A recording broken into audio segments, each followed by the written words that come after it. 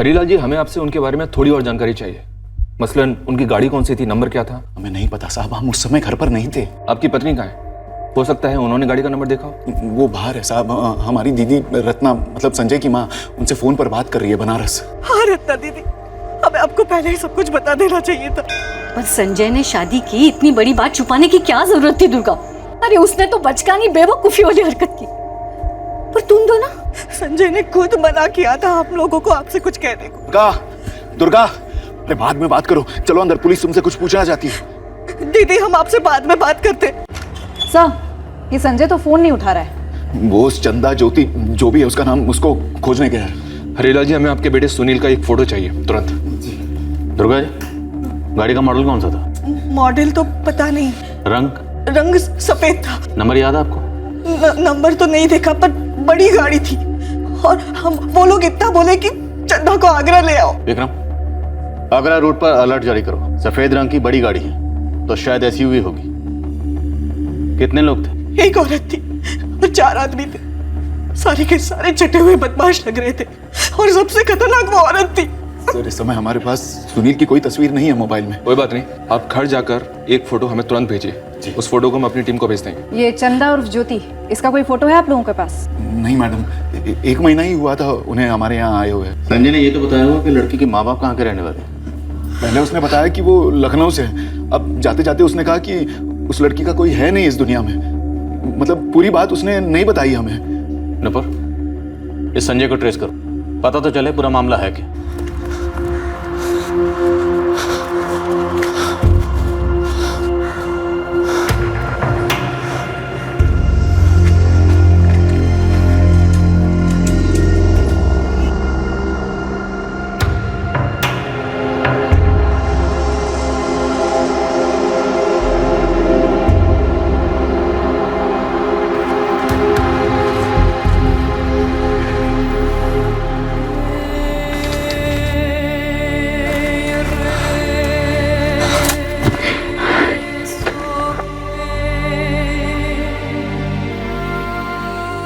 कहाँ चली गई थी तुम?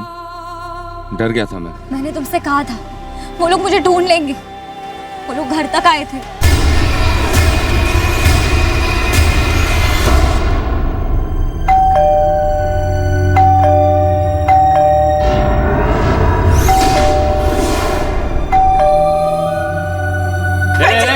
कौन है तुम लोग?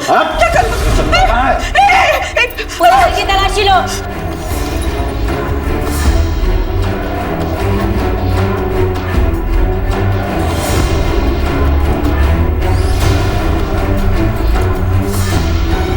नहीं, उन्हें पता कैसे चला कि हम मामा जी के घर पे हैं? वो लोग सुनील के साथ बहुत बुरा करेंगे।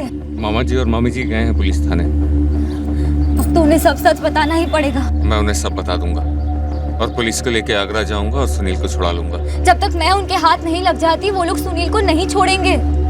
तुम नहीं जानते उन्हें। मैं बस इतना जानता हूँ कि तुम कभी दोबारा आगरा में कदम नहीं रखो।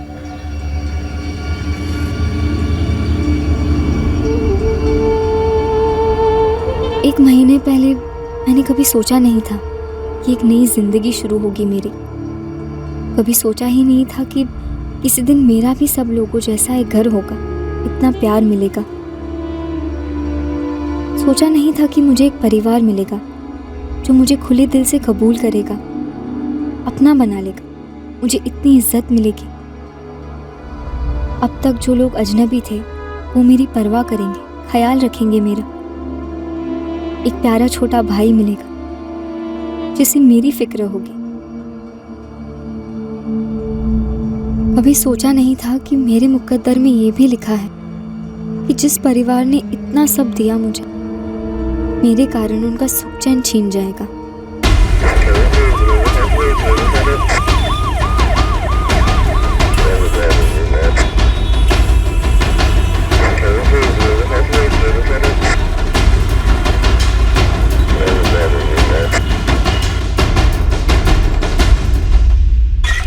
सर, ये संजय तो अब भी फोन नहीं उठा रहा है। दिल्ली आगरा चेक पोस्ट से कोई खबर? सर, नाकाबंदी कर रखी है, चेकिंग जारी है। कोई भी सफेद रंग की बड़ी एसयूवी 5 लोगों के साथ स्पॉट नहीं हुई है। ये चंदा और ज्योति को जो भी लोग ढूंढ रहे थे, ये पता लगाना जरूरी है कि वो उसे क्यों ढूंढ रहे थे। सर, ये तो सिर्फ संजय ही बता सकेगा। लेकिन अब हमें डर है कहीं संजय भी भाग तो नहीं गया। हमने बिना कुछ सोचे समझे, बिना उससे कुछ पूछे अपना लिया, अपने घर की बहू बना लिया। अब हमें ये भी नहीं पता कि उनकी शादी हुई थी भैया नहीं। आपको संजय की टैक्सी का नंबर तो याद होगा? सर वो टैक्सी घर के बाहर नहीं लगाता था, प्राइवेट टैक्सी है और सिर्फ 3 हफ्ते ही हुए हैं उसे इस नई ड्यूटी पर।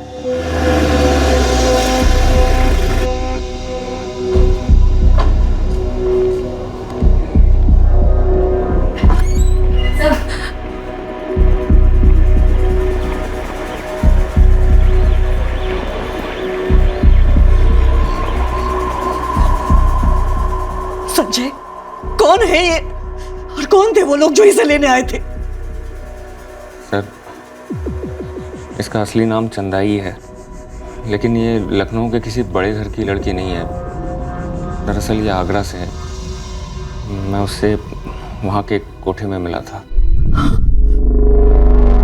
तुम इस लड़की को कोठे से भगा कर लाए हो? हाँ सर, लेकिन हमने शादी भी तो की है। और मैंने इसका नाम चंदा से बदलकर ज्योति रखा था। ज्योति के नाम का एक फर्जी आधार कार्ड भी बनवाया था मैंने।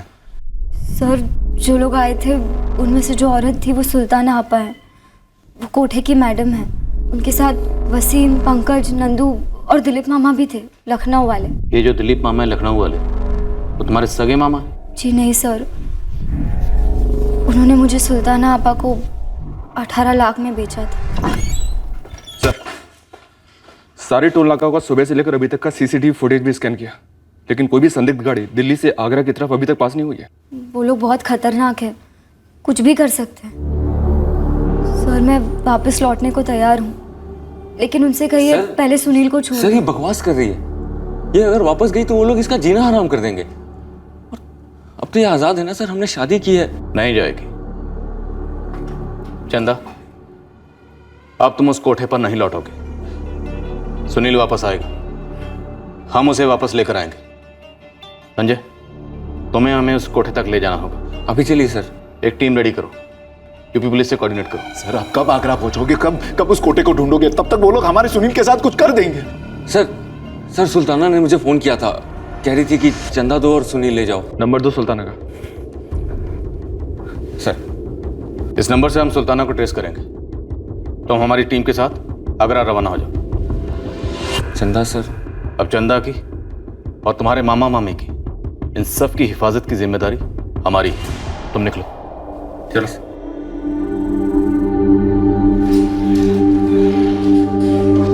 सुनिए, इस लड़की की जिम्मेदारी पुलिस ले रही है ना, तो इसे घर ले जाने की कोई जरूरत नहीं है। इसे यही रहने दीजिए। मामी जी,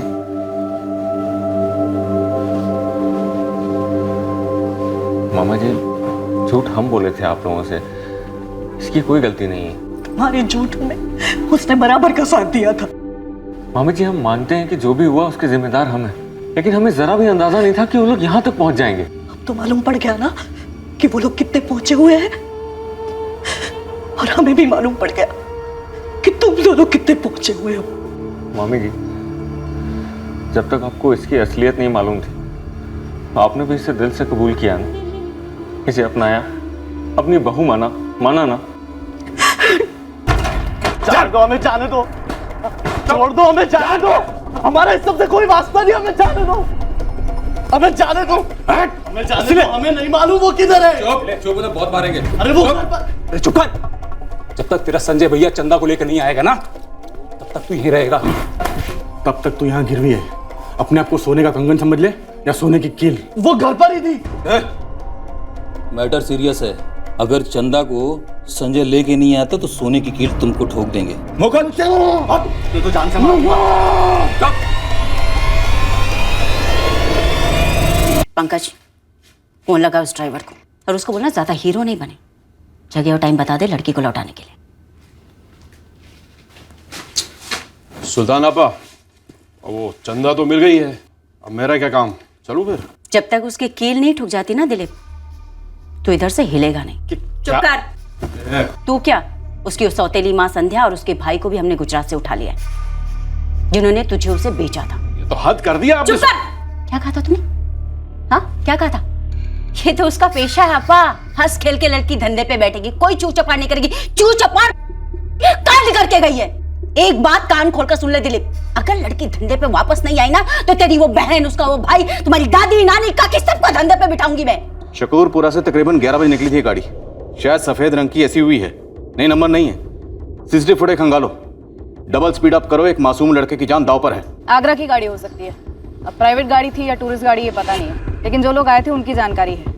कोई सुल्ताना नाम की औरत है और किसी नीला नाम की औरत के साथ आगरे में कोठा चलाती है। मैडम आप बोल रही थी 5-6 महीने पहले उड़ी और ऊपर से नाम बदल कर रह रही थी यहाँ दिल्ली में, फिर भी सालों ने खोज निकाला उसे। मतलब उनकी खबरियों की टीम अपने से कुछ कम नहीं है। भाड़ में गए उनके खबरी और उनकी ताकत। हमें सिर्फ सुनील को छुड़वाना है, वो भी सही सलामत।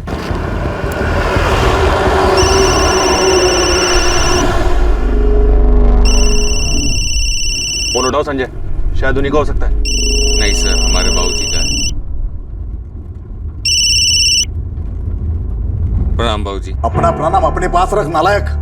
नाक कटा दी तूने, पूरे खानदान पर कीचड़ उछाल दिया। अरे तुमको शादी करनी थी तो हमको बोलता, और कोई लड़की नहीं मिली जो धंधे वाली के साथ तू। अच्छी लड़की है वो, हमने शादी की है, हम दिल से प्यार करते हैं उससे। और अपने भाई से प्यार नहीं तुम्हें नालायक। सुनील को अगर कुछ हुआ तुम हमारा नाम नहीं लगाओगे अपने आराम के आगे। खुद कर्ज कहीं का, पता नहीं उस लड़की ने तुम्हें क्या खिला पिला दिया। तू बाबूजी पत्नी है हमारी। चुप, हम दिल्ली पहुंचते ही उस गंदगी को तुम्हारे मामा के घर से बाहर निकाल के फेंक देंगे।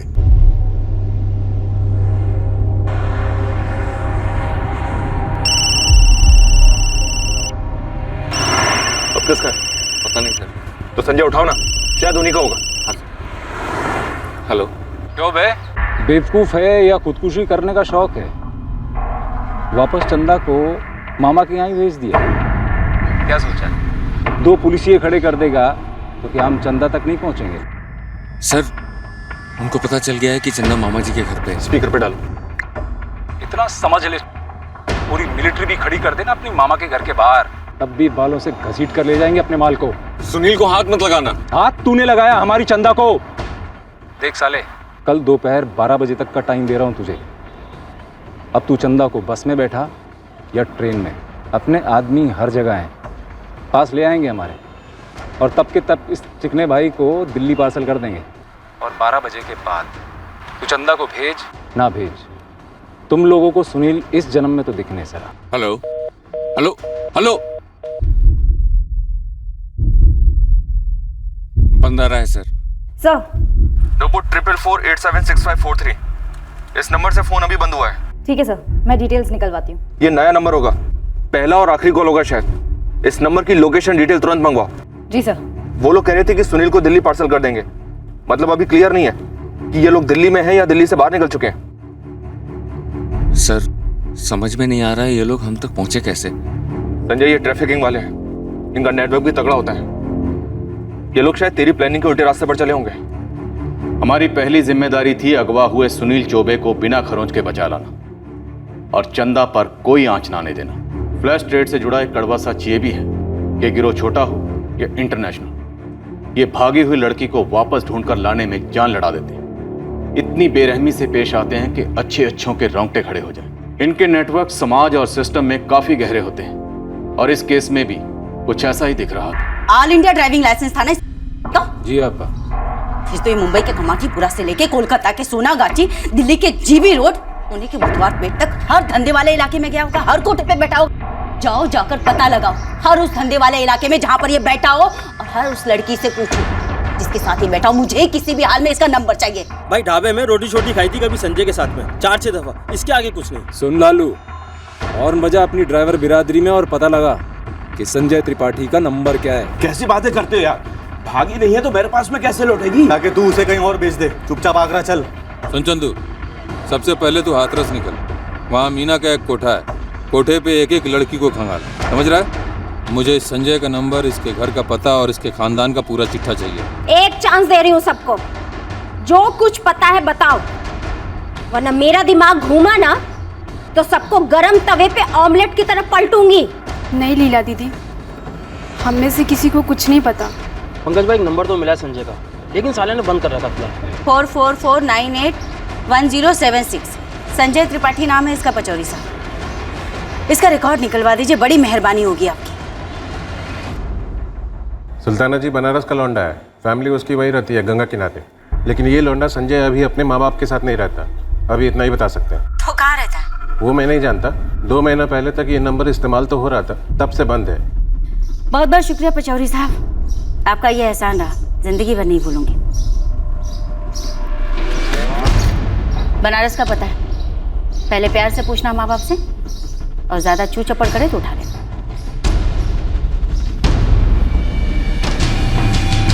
प्रणाम सोमनाथ काका। बेटा तुम? काका मैं दिनेश राठी, संजय का दोस्त हूँ, शंभू ट्रांसपोर्ट में ड्राइवर हूँ। एक बारी मैं संजय के साथ मिला था आपसे, शायद आप पहचान नहीं रहे। तो क्या है बेटा, उम्र होगी तो याद नहीं रहता। तो क्या काम निकाल के आए? काका मैंने शंभू ट्रांसपोर्ट छोड़ दिया है, काम की तलाश में हूँ। अब संजय से संपर्क करने की कोशिश कर रहा हूँ, लेकिन उसका नंबर नहीं लग रहा। लगता है उसने नंबर बदल दिया है काका अपना। हाँ, उसका नंबर तो बदल गया है। काका नंबर दिलवा देते, मैं भी बात कर लेता। रत्ना, अरे ये संजय का दोस्त है। प्रणाम काकी। प्रणाम। प्रणाम। इसको संजय का नया नंबर देना है। हमारा मोबाइल लाओ तो जरा। तो संजय ने अभी टेम्पो चलाना छोड़ दिया है। अच्छा। अब दिल्ली में टैक्सी चलाता है। तो दिल्ली में वो सेटल हो गया, तो घर ले लिया उसने? अरे कहाँ घर वर कहाँ, अभी तो मामा के वहां रहता है, शकरपुरा में। लो नंबर लो। अब संजय ने एक बारी अपनी मामा का जिक्र किया था। अब देखिए ना, क्या शुभ नाम था, दिमाग से निकल गया मेरे एकदम। हरीलाल चौबे। हाँ, हरीलाल चौबे। दिल्ली में अपने बंदे ने पक्का एड्रेस निकाला है, 16/302 गोपाल गली, शकरपुरा। गाड़ी निकालो और हथियार भी ले लो।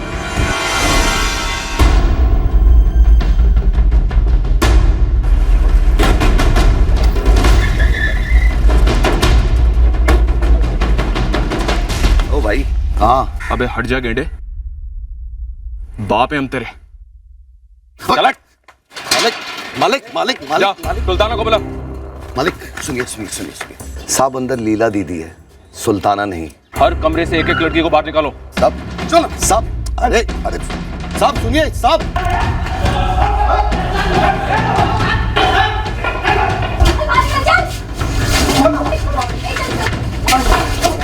चलो आप सब लोग यहाँ खड़े हो जाइए, चलिए। सुल्ताना यहाँ नहीं है। क्या नहीं मतलब? तेरे इस नरक में नहीं है या आगरा में नहीं है? दिल्ली में है या कहीं और चली गई? गाड़ी का नंबर क्या उसके? अरे मेरे को क्या पता साहब। ए लीला, तेरी यहाँ की लीला तो खत्म है, बता दे, वरना थाने में हम रासलीला करेंगे। और वहां तेरी इस अकड़ के साथ साथ ना बहुत प्यार से तेरी खाल भी उतारी जाएगी। तो डर गई साहब, देखो ना कैसे कांप रही हूँ। छोड़ना। सुल्ताना और मैं बिजनेस में पार्टनर है, जिंदगी में नहीं। अपने खाली समय में वो क्या करती है क्या नहीं करती है, ये जानने के लिए उसकी सेक्रेटरी नहीं बैठी हूँ मैं। खाली टाइम में सुल्ताना अपहरण करती है, नहीं जानती तू? अपहरण तो ये करता है साला, हमारी सबसे टॉप की लड़की उठाकर ले गया है ये। आपको केस ठोकना है ना तो सबसे पहले इस पे ठोको। झूठ क्यों बोल रही है? चंदा अपनी मर्जी से गई है मेरे साथ, शादी की है हमने। सर आपको तो पता ही है। इस लीला को गाड़ी में डालो। मुझसे कुछ नहीं मिलने वाला साहब, आप झूठ मूठ अपनी पुलिस वालियों को मेहनत करवा रहे हो। ये सुल्ताना कहाँ चली गई है पता है किसी को? दिल्ली या कहीं और? तुम इन सबको लेकर थाने जाओ और सारी डिटेल्स रजिस्टर करो। जी सर। चलो चलो। साहब हमें जाने दो, आप हम सबको थाने भेजोगे, वापस से हमें यहीं भेज दिया जाएगा। साहब हमें यहाँ वापस नहीं लौटना। हर छापे के बाद थाने से जबरदस्ती हमें यहाँ भेज दिया जाता है। 7 गार्ड है साहब। तुम लोग अपने अपने घर लौटना चाहते हो ना? जी साहब। इसने भागने की कोशिश भी की थी, इसके पैर में कील ठोक दी, अपाहिज बना के छोड़ दिया इसे। तुम इन सबको अपने साथ लोकल थाने में लेकर जाओ और देखना इनकी सारी डिटेल्स ढंग से रजिस्टर हो। इनके साथ ही रहना, तब तक मैं यहाँ कोई लोकल एनजीओ ढूंढकर तुम्हें इन्फॉर्म करता हूँ। अरे मेरी लड़कियों को कहाँ लेकर जा रहे हो साहब? क्यों पेट पे लात मार रहे हो? रही बात उस सुल्ताना की, अरे वो मर जाएगी लेकिन लड़की नहीं छोड़ेगी। एक बार ये सुल्तान हमारे हाथ में आ गई ना तो लड़की क्या, वो ये धंधा भी छोड़ देगी।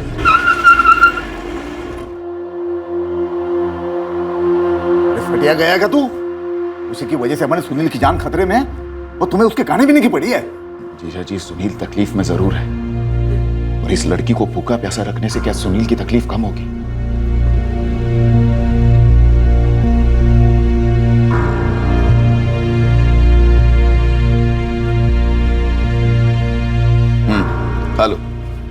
जी मुझे भूख नहीं है। हमें मामा जी ना बोलो तुम। मैं आगरे चले जाती हूँ, वो लोग सुनील को छोड़ देंगे।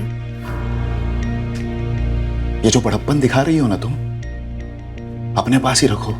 1 महीना जब यहाँ रही, एक बार भी नहीं सोचा कि तुम्हारी वजह से हम जैसे शरीफ लोगों की जिंदगियों पर क्या कहर टूट पड़ेगा। माफ कर दीजिए, सॉरी। ये सॉरी वॉरी रहने दो और चुपचाप खाना खा लो। दुर्गा, कम से कम तूने तो थोड़ी समझदारी दिखाई होती। हम हमेशा उन्हें कहते थे कि माँ बाप के घर से भगा कर लाया है, हम इस अपराध में भागीदार नहीं हो सकते।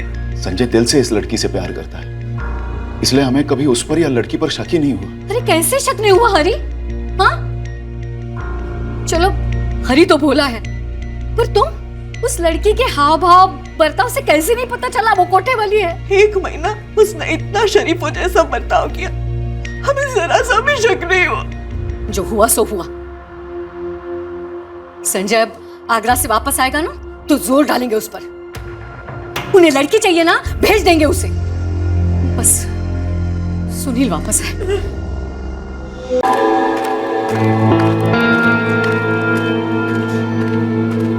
इनके चेहरे पे मत जाना, जैसे दिखते वैसे है नहीं। नाम है बटुक परमार, सूरत में ही एक साड़ी की दुकान में काम करते हैं।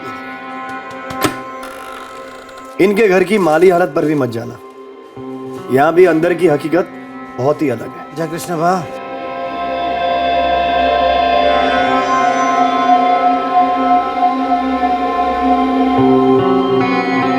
घर में पत्नी है अल्पा परमार, माँ है कोकिला परमार, एक बेटा है दीपेश परमार और एक बेटी है पारुल परमार।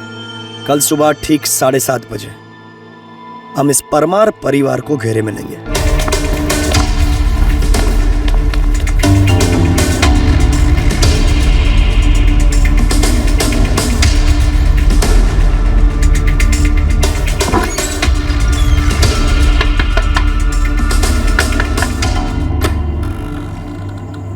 जी क्राइम ब्रांच, आयकर विभाग। શું વાત શું છે? बटुक भाई परमार का घर यही है। जी पर आप लोग यहाँ क्यों आए हैं? अरे भाई बात क्या है, कुछ तो बताओ। और भी कोई लोग हैं घर में? पीछे कोई कमरा वमरा? नहीं मैडम, और कोई कमरा नहीं है, बस इतने ही लोग हैं। बात तो बताइए। आइए आप सब लोग यहाँ एक तरफ आ जाइए। माँ जी आप भी प्लीज। ये बताइए घर में कितने फोन हैं? किस किस के पास में है? मेरे पास एक फोन है। मेरे पास भी है और मम्मी के पास भी है। पापा के पास भी है। सब फोन इकट्ठा करके अभी इनको दे दो।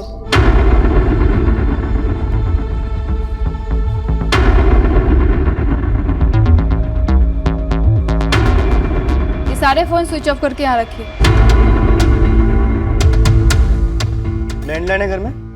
नहीं। झूठ नहीं बोलना बटुक परमार। साहब मैं सच बोल रहा हूँ, चाहे तो चेक कर लो। मैंने रिकॉर्ड चेक किए हैं, इनके घर में लैंडलाइन नहीं है।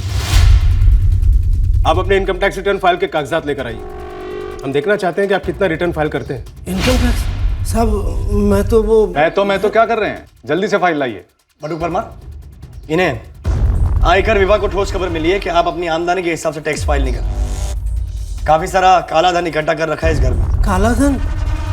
साहब मैं तो साड़ी की दुकान में काम करता हूँ, 5,500 रुपये पगार मिलती है। इसी महीने वो दिवाली का बोनस दिया 2,500 रुपये मेरे सेठ ने। ये मेरी घरवाली है, घर घर खाना बनाने का काम करती है, 4-4,500 रुपये लाती है। इतनी कमाई में कहाँ इनकम टैक्स, कहाँ काला धन? मतलब आपने आज तक कोई भी टैक्स रिटर्न फाइल किया ही नहीं? रिटर्न टैक्स मुझे नहीं मालूम, मेरा कभी पाला ही नहीं पड़ा। साहब कहीं हमें गलत टिप तो नहीं मिली है? साहब हमारे पास काला सफेद धन नहीं है, कुछ नहीं है हमारे पास। हमारी इन्फॉर्मेशन कभी गलत नहीं होती।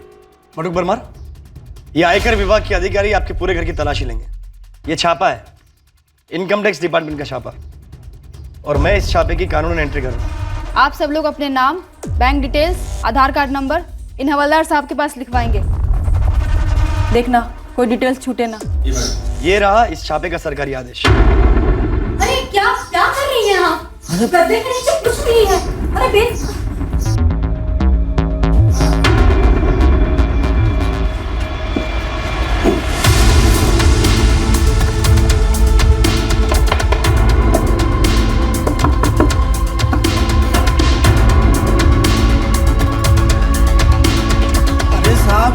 हुआ तुम्हें?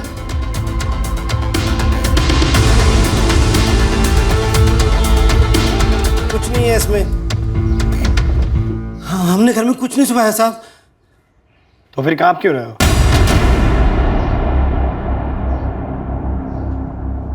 माँ जी, आप बैठ जाइए और आप भी। सर,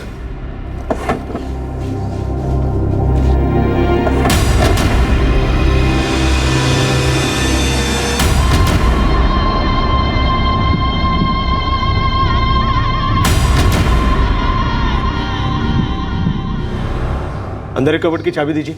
आइए। चाबी? आइए। चाबी तो पुराने सेठ के पास है, जहाँ मैं पहले काम करता था। क्या नाम है सेठ का?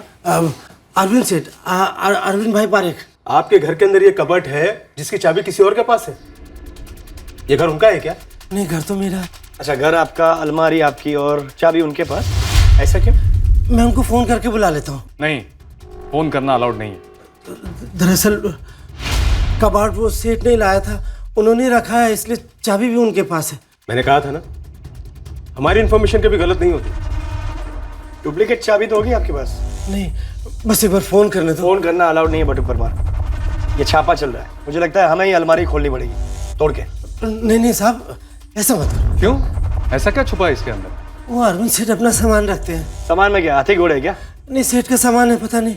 आप तो ऐसे कतरा रहे हैं जैसे अंदर कोई लाश रखी हुई है। लाश? पैसे।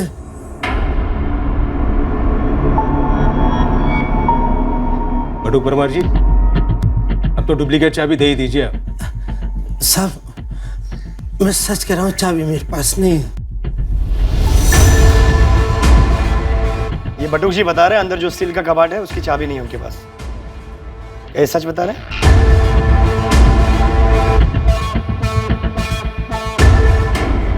साहब, मैं आपके हाथ जोड़ता हूँ, एक बार अरविंद सेठ को फोन करने दो, वो आपको सब समझा देंगे। हमें सब समझ में आ गया है बटुक परमार, हमारा रोज का काम है ये। आखिरी बार कह रही हूँ कि छापे के दौरान कोई कॉल जाएगा तो सिर्फ हमारी तरफ से। सर, आप अपने कमिश्नर साहब को फोन लगाइए और पूछिए ताला तोड़े या नहीं। हेलो सर, यहाँ तो शक करने जैसा सब कुछ है। ठीक है सर, तो ताला तोड़ दें? Yes sir. हाँ सर, यही है। एक मिनट सर।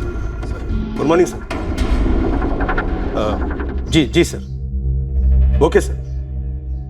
जी सर, ताला तोड़ देते हैं और कबर्ड में से जो भी बरामद होता है उसकी एंट्री बटुक परमार के सामने रजिस्टर में करवा देते हैं। जी सर। जैन सर, कमिश्नर साहब ने ताला तोड़ने के ऑर्डर दे दिए।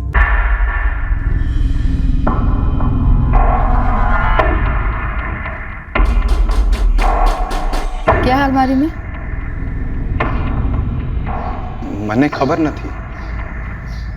मैंने पर न देखा।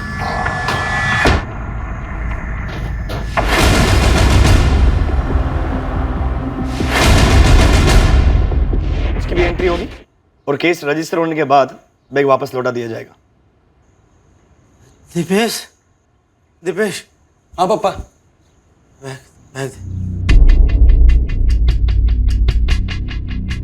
बैग दे। बैग ये रखा बैग।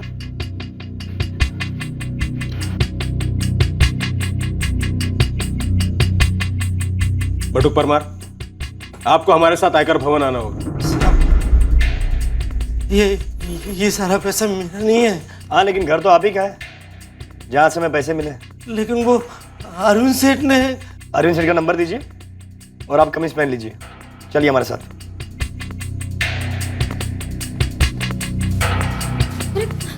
कहाँ ले जा रहे हैं? अब दीपेश कहीं कर रहे? देखिए, हमारे आदमी आपके घर पे बाहर नजर रखे हुए हैं और जब तक बटुक भाई हमारे आदमी के साथ वापस न लौटे, आप में से कोई भी बाहर नहीं जाएगा। अरे पर बहन, दीपेश तू ये तुम्हारे अरविंद सेठ का फोन स्विच ऑफ क्यों आ रहा है? ऐसा तो नहीं है कि चुपके से छापे की खबर तुमने दे दी हो? लेकिन सर, ये कैसे पॉसिबल है? हमने इनके घर के सारे सेल फोन्स ऑफ करवा दिए थे और घर का कोई फैमिली मेंबर को बाहर भी नहीं जाने दिया था। कहीं कोई और फोन तो नहीं तुम्हारे घर में? नहीं साहब, मैं गरीब आदमी हूँ, वो मेरे पुराने सेठ थे, मैं उनकी नौकरी करता था, ये सारे पैसे उनके, मेरे नहीं। एक तरफ सरकार विदेश से सारा काला धन लाने में लगी और दूसरी तरफ तुम देश के अंदर ही ऐसी काली करतूत कर रहे हो। और कहाँ छुपा के रखे हैं वैसे? मुझे कुछ नहीं पता साहब, ये सारे पैसे अरविंद सेठ के हैं। तुम भी तो अरविंद सेठ के हो, एकदम वफादार। गरीब और कर भी क्या सकता है मालिक।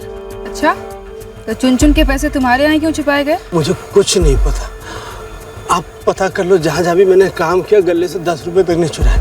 मुझे लगता है कि हमें इस अरविंद भाई को आड़े हाथों लेना चाहिए।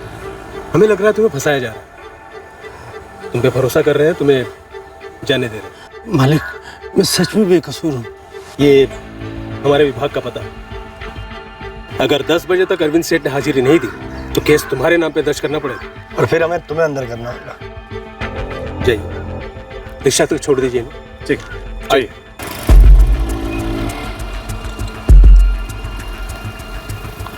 रिक्शा भाड़े के पैसे हैं? नहीं। ये लो, आराम से जाना, ठीक है? रुको।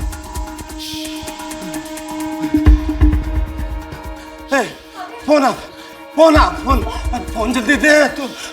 अरविंद सेठ को तुरंत फोन करना, जल्दी। लेकिन पप्पा सारे फोन तो लेके चले गए वो लोग। ऐसे कैसे?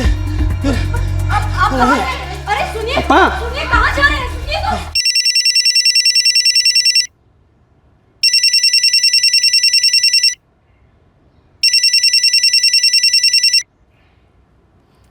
हेलो अरविंद सेठ, बटुक बोलूं छू? हाँ बटुक बोल, शू खबर? मेरे घर में छापा पड़ा अभी। छापा? कैसा छापा? वो आयकर विभाग वाले थे, पुलिस भी थी उनके साथ। शू बात करे बटुक? पूरा कैश उठा कर ले गए? हाँ धीरज, बटुक बोल तो यही रहा था। लेकिन बटुक भाई के वहां छापा पड़ा ही कैसे? उन लोगों को कैसे पता चला? मैंने शू खबर सुनी था, मैं जा रहा हूँ पता लगाने के लिए।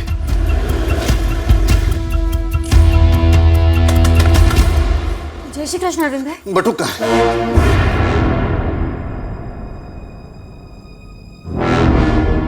ये एड्रेस तो सिटी लाइट इलाके का, वहां किसके बाप का आयकर विभाग है? वो तो मजूरा गेट पे है ना। मुझे क्या पता, उन्होंने मुझे ये दिया और कहा इसी एड्रेस पे आके आपको हाजिरी देनी है। આપે જે નંબર ડાયલ કર્યો છે તે વૈદ્ય નંબર નથી। बटुक ऐसा कोई नंबर ही नहीं है। सेठ, उन्होंने आपको तो फोन किया था, मुझसे नंबर लिया, लेकिन आपका फोन बंद आ रहा था। मेरा फोन कभी ऑफ नहीं रहता है, ये तेरे को भी मालूम है ना। पता नहीं उन्हें क्या लगा, फिर उन्होंने मेरे सामने किसी कमिश्नर को फोन किया, उसके बाद ताला तोड़ दिया कबाट का। कौन सा क्राइम ब्रांच था? ये तो उन्होंने नहीं बोला। फर्जी थे, फर्जी का छापा, मुझे लूट ले गए। फर्जी? लेकिन उन्हें कैसे पता चला यहाँ इतना पैसा था?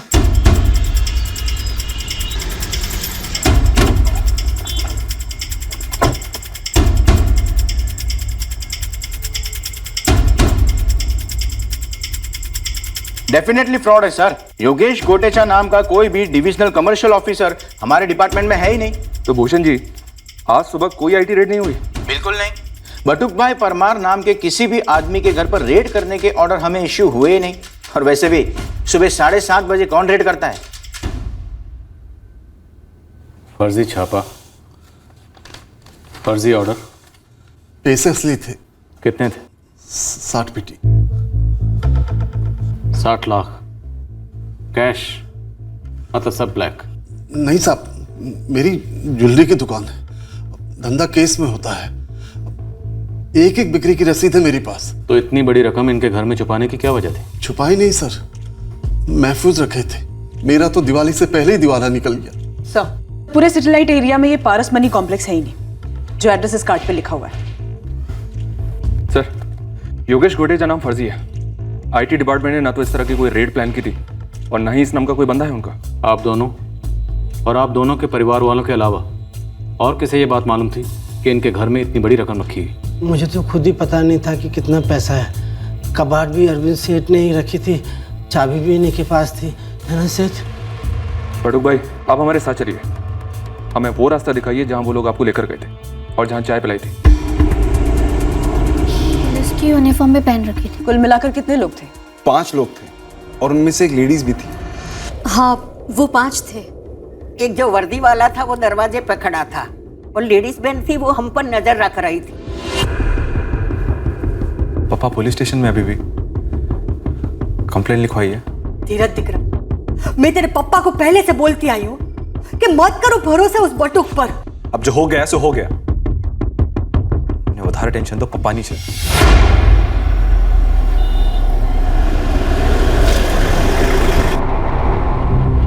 यही थी क्या?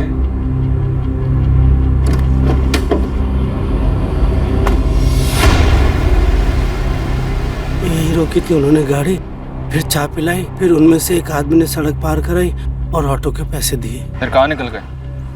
इस तरफ या इस तरफ? वो तो मुझे नहीं मालूम, मैं पहले निकल गया था। कितने बजे? यही कोई 8 के आसपास। नहीं साहब, 8 बजे तो मैंने किसी को भी गाड़ी में से आते नहीं देखा। ये कह रहे हैं कि 5 लोग थे, बड़ी गाड़ी थी। ऐसा तो कुछ था ही नहीं, और मैंने इसको भी नहीं देखा है साहब। ऐसे लोगों पे ना तो मैं पक्का नजर रखती हूँ कि चाय पी के पैसे दिए बिना निकल ना जाए। मैं था, चाय उन्होंने पिलाई थी। बटुक भाई, एक तो ये कि औरत झूठ क्यों बोलेगी, और दूसरी बात ये कि आप कुछ भी नहीं बोल रहे हैं, ना गाड़ी का नंबर, ना गाड़ी का रंग, ना मॉडल, कुछ भी नहीं। साहब मैं इतना हली गया हो तो कुछ सूझ ही नहीं रहा था, कुछ नजर में गया ही नहीं। जल्दी बैठो। मैं इतना परेशान था कि मेरे साथ क्या होने वाला है, कुछ देखा ही नहीं। गाड़ी के अंदर तो नजर घुमाई होगी आपने।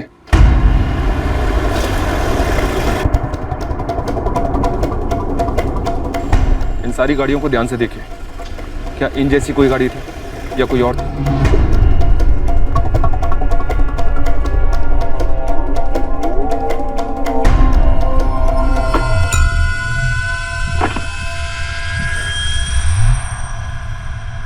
सब ये वाली गाड़ी थी, मतलब ऐसी वाली गाड़ी थी। अंदर ना कुछ। बटुक भाई, यहाँ देखिए, यहाँ डैशबोर्ड पर देखिए, कुछ था क्या? कोई गणपति की मूर्ति वगैरह या कुछ और? हाँ, गणपति था। भार्गव, एक काम करो, ट्रैफिक डिपार्टमेंट से उस पूरे रूट की सीसीटीवी फुटेज निकलवाओ। मैंने लगे से बटुक भाई थोक के हिसाब से फेंक रहे हैं। अगर ये फेंक भी रहा है ना, तो हम भी ऐसा फेंकेंगे इसे कि जब ये उठेगा ना तो याद करेगा हमको।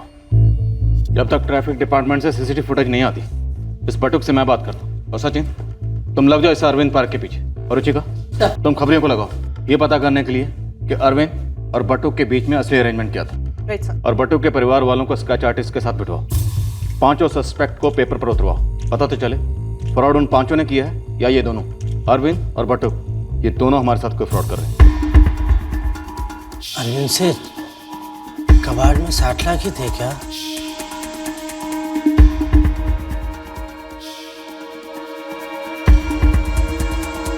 $60 लाख थे या ज्यादा थे? मैंने तो कभी पैसा देखा ही नहीं था, तो गिनता कैसे और क्यों? मुझे क्या फर्क पड़ता? गिन कर 60 पेटी थे साहब, सारे पैसों का हिसाब है मेरे पास। अगर इतना हिसाब किताब किया था तो आपको अपने घर पर रखना महफूज क्यों नहीं लगा? जमाना खराब है, ऊपर से रोकड़ा।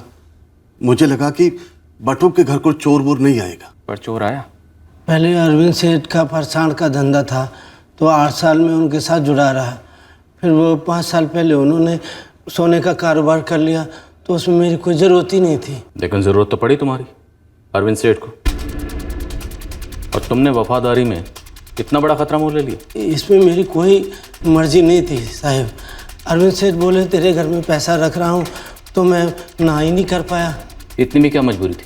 अरविंद सेठ के बहुत उपकार हैं मुझ पर और मेरे परिवार पर साहब, तो इसमें ना कहने की गुंजाइश ही नहीं। तुझे जरा भी फिक्र करने की जरूरत नहीं है। कबाट मेरी होगी, बंद रहेगी, चाबी हमेशा मेरे पास रहेगी। तो चलते नहीं? आज तो बात करे छो तमें सेठ, ये घर भी तो आपकी मदद से खरीदा मैंने। उस कबाट में मैं पैसे रखूंगा। पैसे? हाँ, रोकड़ा। रोकड़ा मतलब? नहीं, पूछना तो नहीं चाहिए, जोखिम है ना।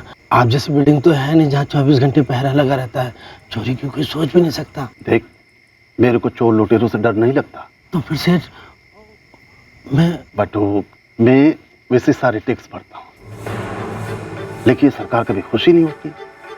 कभी ये टैक्स वो टैक्स, नए टैक्स लगाकर कंगाल करने पर तुली हम जैसे लोगों को। वो भी सही, मत देना अपनी मेहनत की कमाई का एक पैसा मत देना। अरे पगले, ऐसा थोड़ी ना, टैक्स देना भी जरूरी है, जो मैं देता हूँ।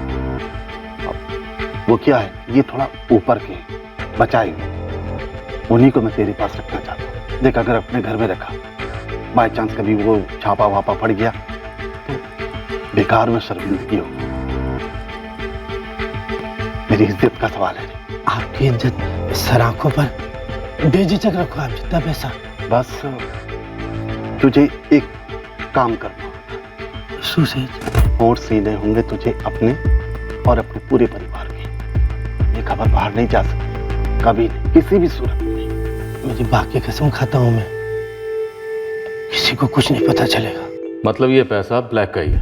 मुझे काला गोरा नीला पैसा कुछ समझ में नहीं आता। पैसा तो पैसा होता है साहब, बड़ी मुश्किल से कमाया जाता है। खून पसीने की कमाई चोरी करके ले गए, दिल जल के राख हो गया मालिक। दिल जल कर राख हो गया था या दिल में मैल आ गई थी? मतलब? ज्यादा बन मत बटुक परमार, सीधे सीधे बोल। वो 5 लोग कौन थे इनके साथ मिलकर तुमने ये पूरा ड्रामा रचा, फर्जी रेड का? या कोई लोग थे ही नहीं? चल बोल। साहब मैं सच कह रहा हूं, मैंने अभी तक कोई झूठ नहीं बोला। कुछ बातें ना बोलना भी झूठ ही होता है। तुमने अभी तक ये नहीं बताया कि गाड़ी का मॉडल क्या था, गाड़ी का नंबर क्या था, गाड़ी का रंग क्या था, और वो चाय वाली, वो भी तुम्हें नहीं पहचानती। बटुक पे मेरा पूरा भरोसा है साहब। पर हमें आप दोनों पर बिल्कुल भरोसा नहीं है। काला पैसा और भरोसा दोनों कभी दोस्त नहीं हो सकते। दूध का धुला हुआ तो मैं भी नहीं हूं, और ना ही कोई व्यापारी हो सकता है। हाँ, उस पर थोड़ा ब्लैक था, पर पूरा नहीं। अगर ब्लैक पूरा होता तो मैं किस मुंह से शिकायत दर्ज करवाने आता?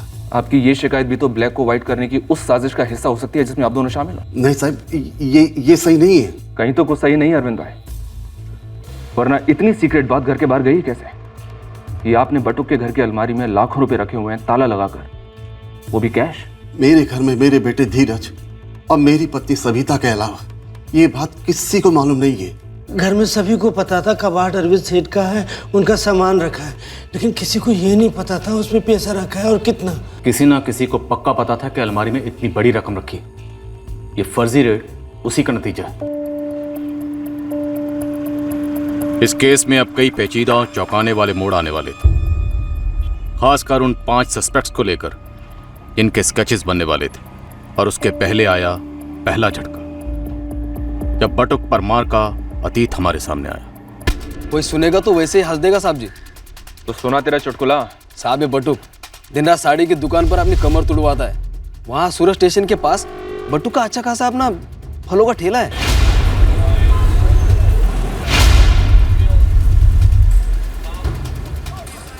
ये लो बटुक भाई, अच्छा मिलते हैं। सलाम सलाम सलाम। इस फिरोज को ठेला 100 रुपए किराए पर दे रखा है, दिन की 100 की पत्ती। बड़ा अजीब। ठेला चलाएगा तो तनख्वाह से ज्यादा कमा लेगा। जय श्री कृष्ण मोहन भाई। जय श्री कृष्ण बटुक भाई। उसकी मिसेस अल्पा, वो भी वाकई में लोगों के घरों में खाना बनाती है। इस अरविंद भाई का बटुक के साथ हमेशा से सब सही रहा? हाँ साहब, मेहरबान मालिक, वफादार नौकर।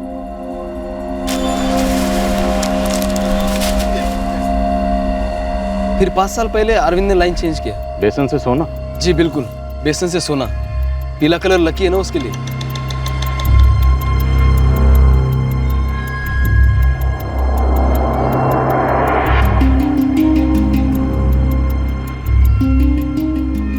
सर झोल कहाँ हुआ होगा? क्या इन दोनों के बीच कोई मिली भगत हो सकती है? सच नहीं, ये जो 5 लोग आए थे हो सकता है इन्हें अरविंद पारेख ने भेजा, या फिर ये भी हो सकता है ये खुद बटुक परमार के अपने ही लोग, या फिर इन्हें अरविंद पारेख के बेटे धीरज पारेख ने भेजा। साहब एक बार इन 5 की स्केच बाजार में घूमेगी ना तो मुश्किल नहीं होगा पता करने में, मतलब ये है कौन, ये है भी या नहीं।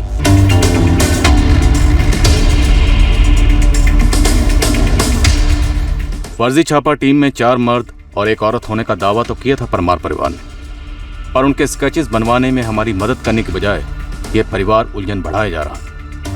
हमें ये भी लगने लगा था कि इनसे स्केचेस बनवाना शायद वक्त की बर्बादी होगी। सर इन 5 लोगों की थ्योरी अपने आप में ही फेक लग रही है। हर कोई अलग अलग हुलिया बता रहा है इन 5 लोगों का। और बटुक परमार ने हमें जो रूट बताया, जो टी स्टॉल बताई, कुछ भी हकीकत से मैच नहीं कर रहा। और सर सीसीटीवी फुटेज देखते वक्त भी बटुक परमार उस गाड़ी को नहीं पहचान पाए जिसमें वो लोग उसे लेके गए थे।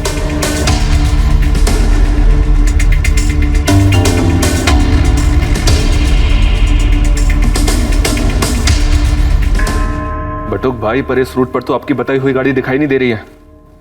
बटुक परमार जी, जिस तरह की गाड़ी के बारे में आपने बताया था वैसे ही हम 4 बड़ी गाड़ी चेक कर चुके हैं। उनमें से किसी में भी आप नहीं नजर आए हैं और ना ही आपके बताए वो 4 आदमी और एक औरत। कुछ समझ में नहीं आ रहा मैडम। वो बड़ी गाड़ी थी, वो 4 लोग थे, एक औरत थी, मुझे लेके गए, चाय भी पिलाई। और उस चाय वाली ने आपके सामने मना किया है ना? देखिए बटुक परमार जी, ये बचकानी हरकत करने से कोई काला धन सफेद तो हो नहीं सका। तो अब भी सच बोल दीजिए, क्या साजिश है और क्या प्लान था? कुछ प्लान नहीं है मैडम, मैं सच बोल रहा हूँ। ये बटुक परमार का घर उत्तरायण इलाके में है ना? Yes sir, Rawalpura. इन सब का कहना है कि रेड सुबह सुबह हुई और सबके सामने कमिश्नर से बात हुई। एक काम करो, रावलपुर इलाके का डम डाटा निकलवाओ, परमार और पारेख फैमिली के एक मेंबर का फोन रिकॉर्ड निकलवा। क्या रेड हुई थी आपकी आईटी डिपार्टमेंट की? हाँ हुई थी, पर इस बटुक परमार के घर पर नहीं, अरविंद पारेख के घर पर, और वो भी फर्जी रेड के 1 हफ्ते पहले। भूषण जी, मुझे विस्तार से बताइए। 18 अक्टूबर को हमारी टीम ने अरविंद पारेख के घर पर रेड किया था। ये रेड एक अरसे से प्लान थी, असली रेड, असली ऑफिसर वाली। मेरी उन ऑफिसर से बात हुई जो रेड में शामिल थे। उन्हें गहरा शक था कि अरविंद अपने टैक्स के कागजातों में घपला कर रहा है।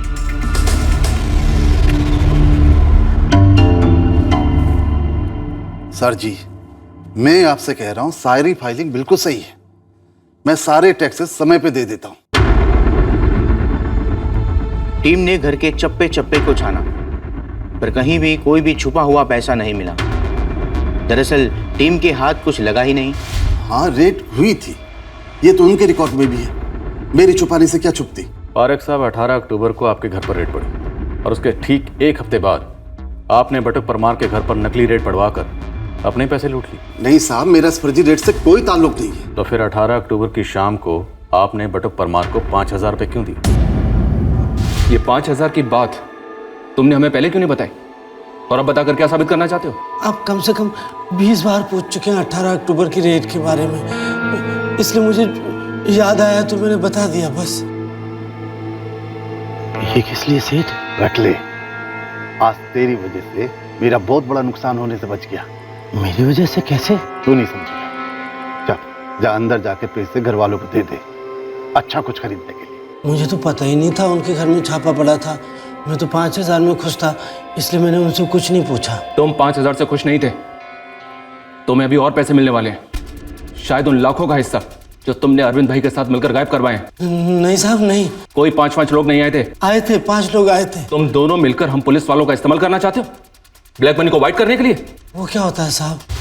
बटुक इतना भोला है कि आप उसे बुद्धू बोल सकते हो। वो इतनी बड़ी चाल कभी नहीं सोच सकता कि 5 मनगढ़ंत लोगों को तैयार करे और इतना सारा पैसा लूटे। और बटुक की फैमिली, उनके बारे में क्या कहेंगे? सबके सब बुद्धू हैं। बटुक के पीठ पीछे वो लोग ऐसा कुछ नहीं करेंगे। अगर वो सभी लोग बोल रहे हैं कि 5 लोग आए थे, मतलब आए थे। सर, दोनों अपने अपने बयानों से टस से मस नहीं हो रहे। और सर, डम डेटा से कुछ खास निकला नहीं। बाकी सभी के फोन रिकॉर्ड्स की स्कैनिंग चल रही है, शायद अंदर का हाथ हो। ये बटुक परमार और अरविंद पारेख दोनों शायद ये बात अच्छी तरह से जानते हैं कि हमारे पास उनके खिलाफ कोई ठोस सबूत नहीं है, इसलिए खेल रहे हैं हमारे साथ या फिर एक दूसरे के साथ। हम हर मुमकिन संभावना टटोलते हैं। तो क्या मैं 5 लोगों की कहानी बनाऊंगी? मैं इतनी चालाक होती तो जवानी में 2-5 करोड़ तो ऐसे ही कमा लेती। तो झूठ कौन बोल रहा है? करोड़पति अरविंद पारेख। अब उनके बारे में क्या बताऊं मैं? सेठ लोग हैं, मेरे बेटे पर उनकी बहुत मेहरबानी है और हम पर भी। तो आपको बटुक भाई पर शक है? शक नहीं, यकीन है। मैं तो धीरज के पापा को ना पहले से कहती थी कि इतने पैसे वहाँ पे मत रखा करो। लेकिन ये बटुक परमार तो सालों से आपके पति का वफादार है। दिया में तेल ज्यादा पड़ जाए ना तो अच्छी से अच्छी बातें भी ना बूझ जाती, प्यास पकड़ लेती है। इंसान और लालच का भी ऐसा ही है, सबकी अपनी अपनी एक हद होती है, इसके बाद कोई किसी का भी नहीं। सच्ची बात कहूँ तो लगा था कि वो 5,000 रुपए जो दिए वो क्यों दिए। मैंने पूछा तो बोले ऐसे ही। पर आपको अजीब क्यों लगा? बटुक परमार तो कह रहे थे कि पहले भी कई बार दिए, हजारों लाखों में दिए घर खरीदने के लिए। वो 5 वर्ष पहले की बात है मैडम, और तब जितने भी दिए हो काम भी उतना ही करवाया। हम लोग गरीब जरूर है मैडम, पर झूठे नहीं हैं। हमारी आंखों के सामने वो 5 लोग थे, 4 भाई और 1 बहन। और अगर ये बात आप लोगों को झूठ लग रही है ना तो असली लोग कभी पकड़े ही नहीं जाएंगे। लकी ने आपको जो तुमने दीपेश, फिर से सोच ले। पक्का 100% पारो, बहुत हो गया। सच जो है वो सामने आना ही चाहिए। हम केस के ऐसे पड़ाव पर थे जहां ये 5 फर्जी लोगों की शिकायत ही फर्जी लगने लगी थी। हम लगभग ये मान चुके थे कि कोई रेड हुई ही नहीं थी जब कहानी एकदम से घूम गई। पर क्या ये कहानी वाकई में घूमी थी या घुमाई गई थी, ये साफ होना अभी बाकी था। बोलो। दरअसल उन लोगों ने किसी कमिश्नर को फोन किया ही नहीं था। तुम्हें कैसे पता? मैंने देखा था सर, अपनी आंखों से। उस आदमी ने किसी को डायल ही नहीं किया था। हेलो। जब वो दूसरा बंदा भी बोला तब भी मेरी नजर उसकी स्क्रीन पर थी। कोई कॉल चल ही नहीं रहा था। ओके सर, ताला तोड़ देते हैं। सर तब इतना हिला हुआ था मैं कि सूझा ही नहीं कि आपको बताऊं। पर ऐसा अब लगता है कि बताना चाहिए। कहीं उस फर्जी फोन कॉल की तरह कि पूरे 5 लोगों की कहानी भी फर्जी तो नहीं? नहीं सर, ये कोई कहानी नहीं है। दिवेश, तुम कॉलेज में पढ़ते हो, स्टूडेंट हो, बेकार में ही अपना फ्यूचर क्यों खराब कर रहे हो तुम? कसम खा के कहता हूँ कि 5 लोग आए हुए थे। और उतने ही नहीं सर, मेरी बहन पारुल है ना, वो फाइन आर्ट्स की स्टूडेंट है। वो 5 के स्केच बना के दे सकती है आपको।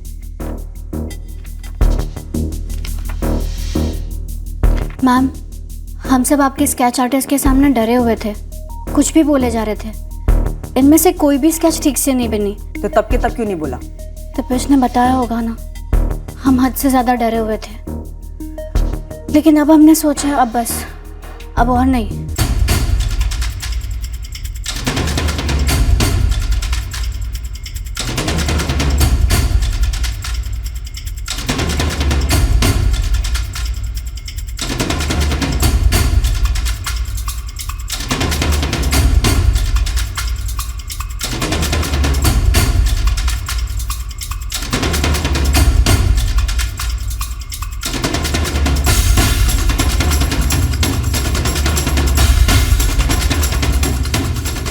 सारे हूबहू है सर। पोर्ट्रेट स्पेशलिस्ट हूँ। क्लासेस में मैं हमेशा फर्स्ट आती थी। पोर्ट्रेट बनाने में क्लास में फर्स्ट आती रही है तो नकली पोर्ट्रेट बनाने में तो डिस्टिंक्शन मिल सकती। दीपेश, कहीं पुलिस हम पर तो शक नहीं करेगी ना? बिल्कुल कर से। काम है उनका शक करना, पर हमने अपने सर से सारा बोझ उतार दिया। उनको सब कुछ सच सच बता दिया हमने। अब कोई डरने का कारण नहीं बचा। हो सकता है 5 पारुल की कल्पना हो, कोई इमेजिनेशन। हकीकत में ये 5 हमें कभी मिले ही ना। सर, सभी तरफ से लोग हमें घुमाने की कोशिश कर रहे हैं, इस उम्मीद में कि हम गोल गोल चक्कर काटते रहेंगे और ये केस अपने आप हवा हो जाएगा। सर, अगर 1 मिनट के लिए पारुल और दीपेश की बात को सच माने तो और इन 5 के लिए सर्च ऑपरेशन लॉन्च करते हैं सर। हो सकता है सबके सब हिस्ट्री शीटर्स हो, शायद पहले भी ऐसे फाइनेंशियल फ्रॉड्स किए हो, फर्जी अवतार में माहिर हो। जी sir. Yes madam. Yes madam. जी सर। Yes sir. जी मैडम। जी madam. Yes sir. Yes sir.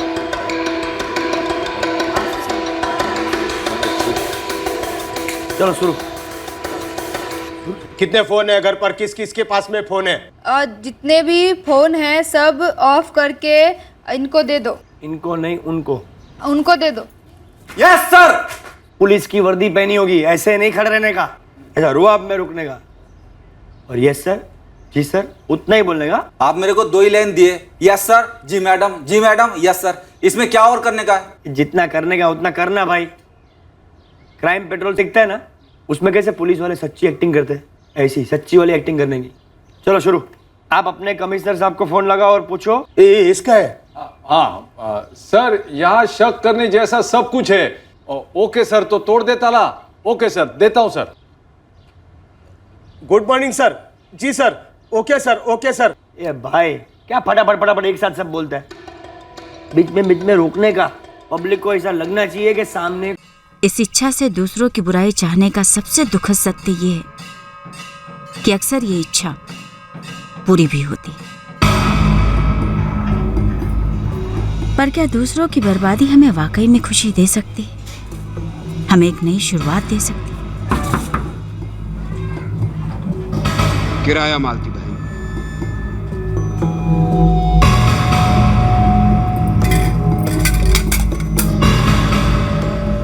उनसे बात करने से भी क्या होगा कमल? बात ना करने से ही हालत हुई है अपनी टीचरों वाली। अब जो है सो है कमल, कर आके क्या कर सकते हैं? हमारी किस्मत, मजबूरी है मजबूरी, बिना बात की मजबूरी साली।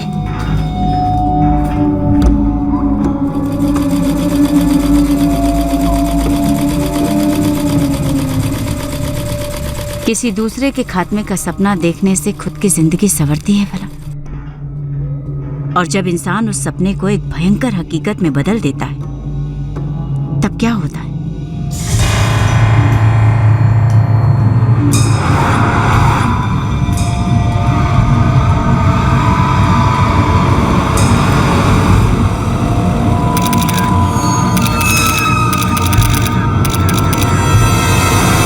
सर एक खबर आई है, बुरी खबर।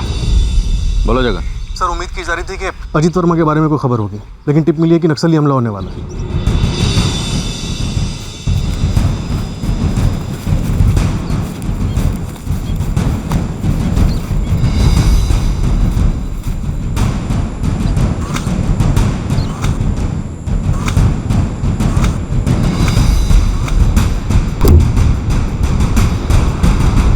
सर ये हमला गेस्ट हाउस पे हो सकता है और टारगेट आप और विनोद दोनों हैं। जगन अब हम पीछे तो नहीं हटने वाले। सर प्लीज सिर्फ अभी के लिए एक कदम पीछे हट जाइए, जब तक आपके पास टीम पहुंचेगी देर हो सकती है। सर वक्त सही नहीं इसलिए कह रहा हूँ, सिर्फ एक कदम पीछे हट जाइए, अभी के लिए वापस लौट जाइए।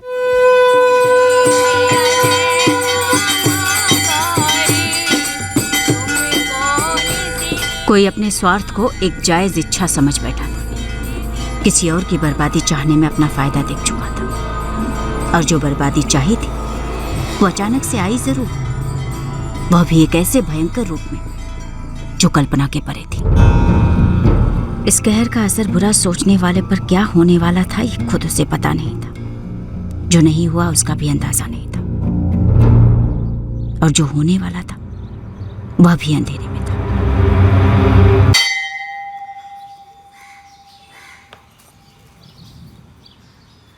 मोहित बेटा, तेरे जयकिशन दादा और गीता दादी कहीं बाहर गए हुए क्या?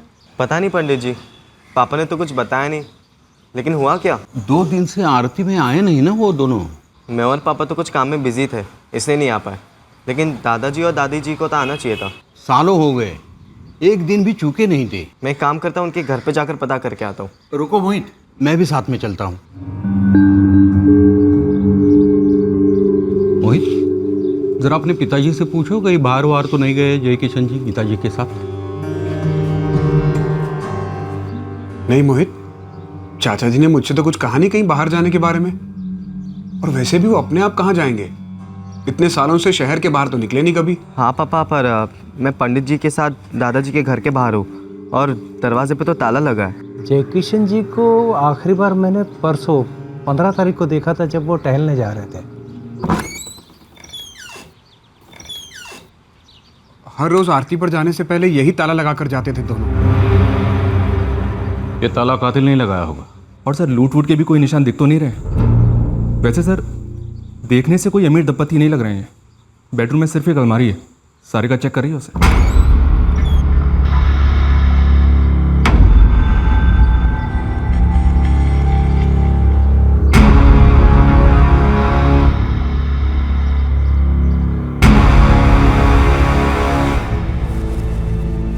सर अलमारी में एक लॉकर है, लगता नहीं उसे खोला गया है, पर उसकी चाबियां भी नहीं मिल रही हैं। Mobile phones? सर दोनों के मोबाइल फोन्स अभी तक नहीं मिले हैं।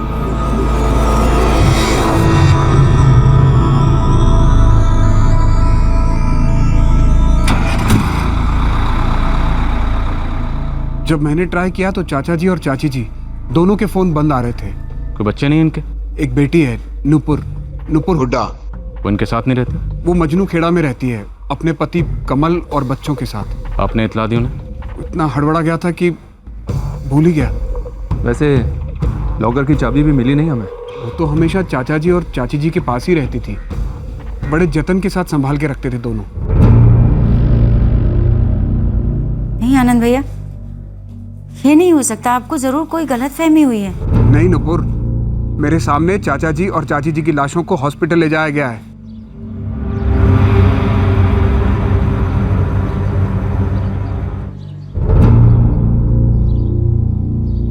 इतना बड़ा लॉकर, मिडिल क्लास घर में, ऐसा क्या रखा होगा इस लॉकर में? सर फॉरेंसिक से पूरा घर स्कैन करवाते हैं, उन्हीं से लॉकर खुलवाते हैं। सर किचन में चकले पे एक पराठा बेल के रखा गया है, बगल में प्लेट में एक पराठा बना हुआ रखा है, हॉल में एक जूठी प्लेट रखी गई है जिसमें शायद पराठा खाया गया है, उसके बगल में एक जूठी कप भी है जिसमें शायद चाय पी गई है, और सर गीता जी के हाथ में आटा लगा हुआ था, और गेट पे जबरदस्ती घुसने के कोई निशान भी नहीं है। सर ये जिसने भी किया है वो जरूर कोई जान पहचान का है। कातिल जान पहचान का है या कोई अनजान, लेकिन जो भी है अभी तक लॉकर की चाबी नहीं मिली है, तो क्या कातिल ने लॉकर खोलकर इस लॉकर से कुछ निकाला होगा?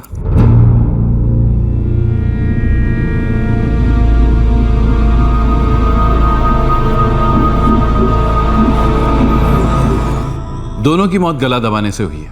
मौत 2 दिन पहले हुई होगी, यानी 15 सितंबर को दोपहर के वक्त। डॉक्टर, क्या आपको बॉडीज पर कोई उंगली के निशान मिले? वैसे क्राइम सीन से फॉरेंसिक टीम ने फिंगरप्रिंट्स कलेक्ट किए हैं।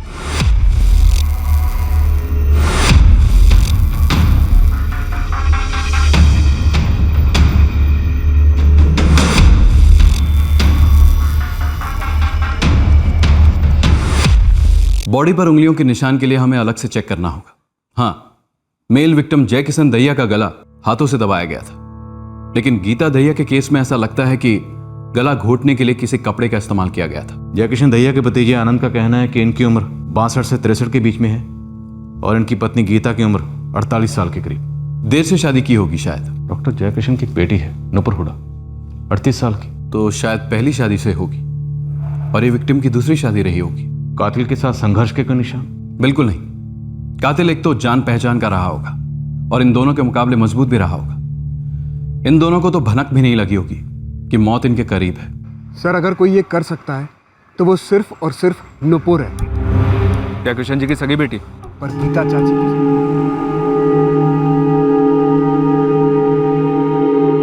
मैंने बाकी पड़ोसियों से भी बात की थी, लेकिन किसी ने भी 15 सितंबर दोपहर को जय किशन जी के घर जाते या वहां से आते हुए किसी को नहीं देखा। पर नंदलाल जी, कोई तो घर के अंदर गया और घर से निकला भी, वो भी ताला लगाकर। किसी का ध्यान नहीं गया होगा। वैसे भी किसी को पहले से थोड़ी मालूम नहीं होगा कि कोई आके इतना बड़ा हत्याकांड करके जाएगा।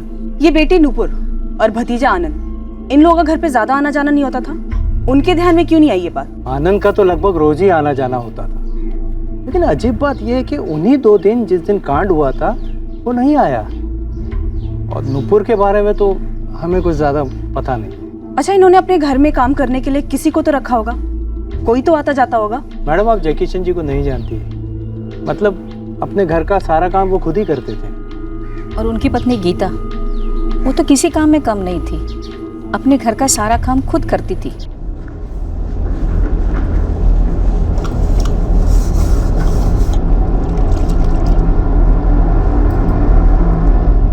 गोविंद। हाँ बोलिए सर। आप 20 रुपए वाला चावल, दाल, ठीक है, और 15 रुपए का तेल दे दे।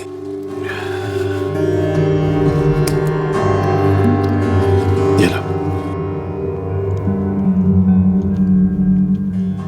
तो क्या बताया आनंद, क्यों मरवाया नुपुर ने अपने पिता और सौतेली माँ को? प्रॉपर्टी के लिए सर, अपने पिता की प्रॉपर्टी, जो मेरे जय किशन चाचा नुपुर के नाम कभी नहीं करते। प्रॉपर्टी?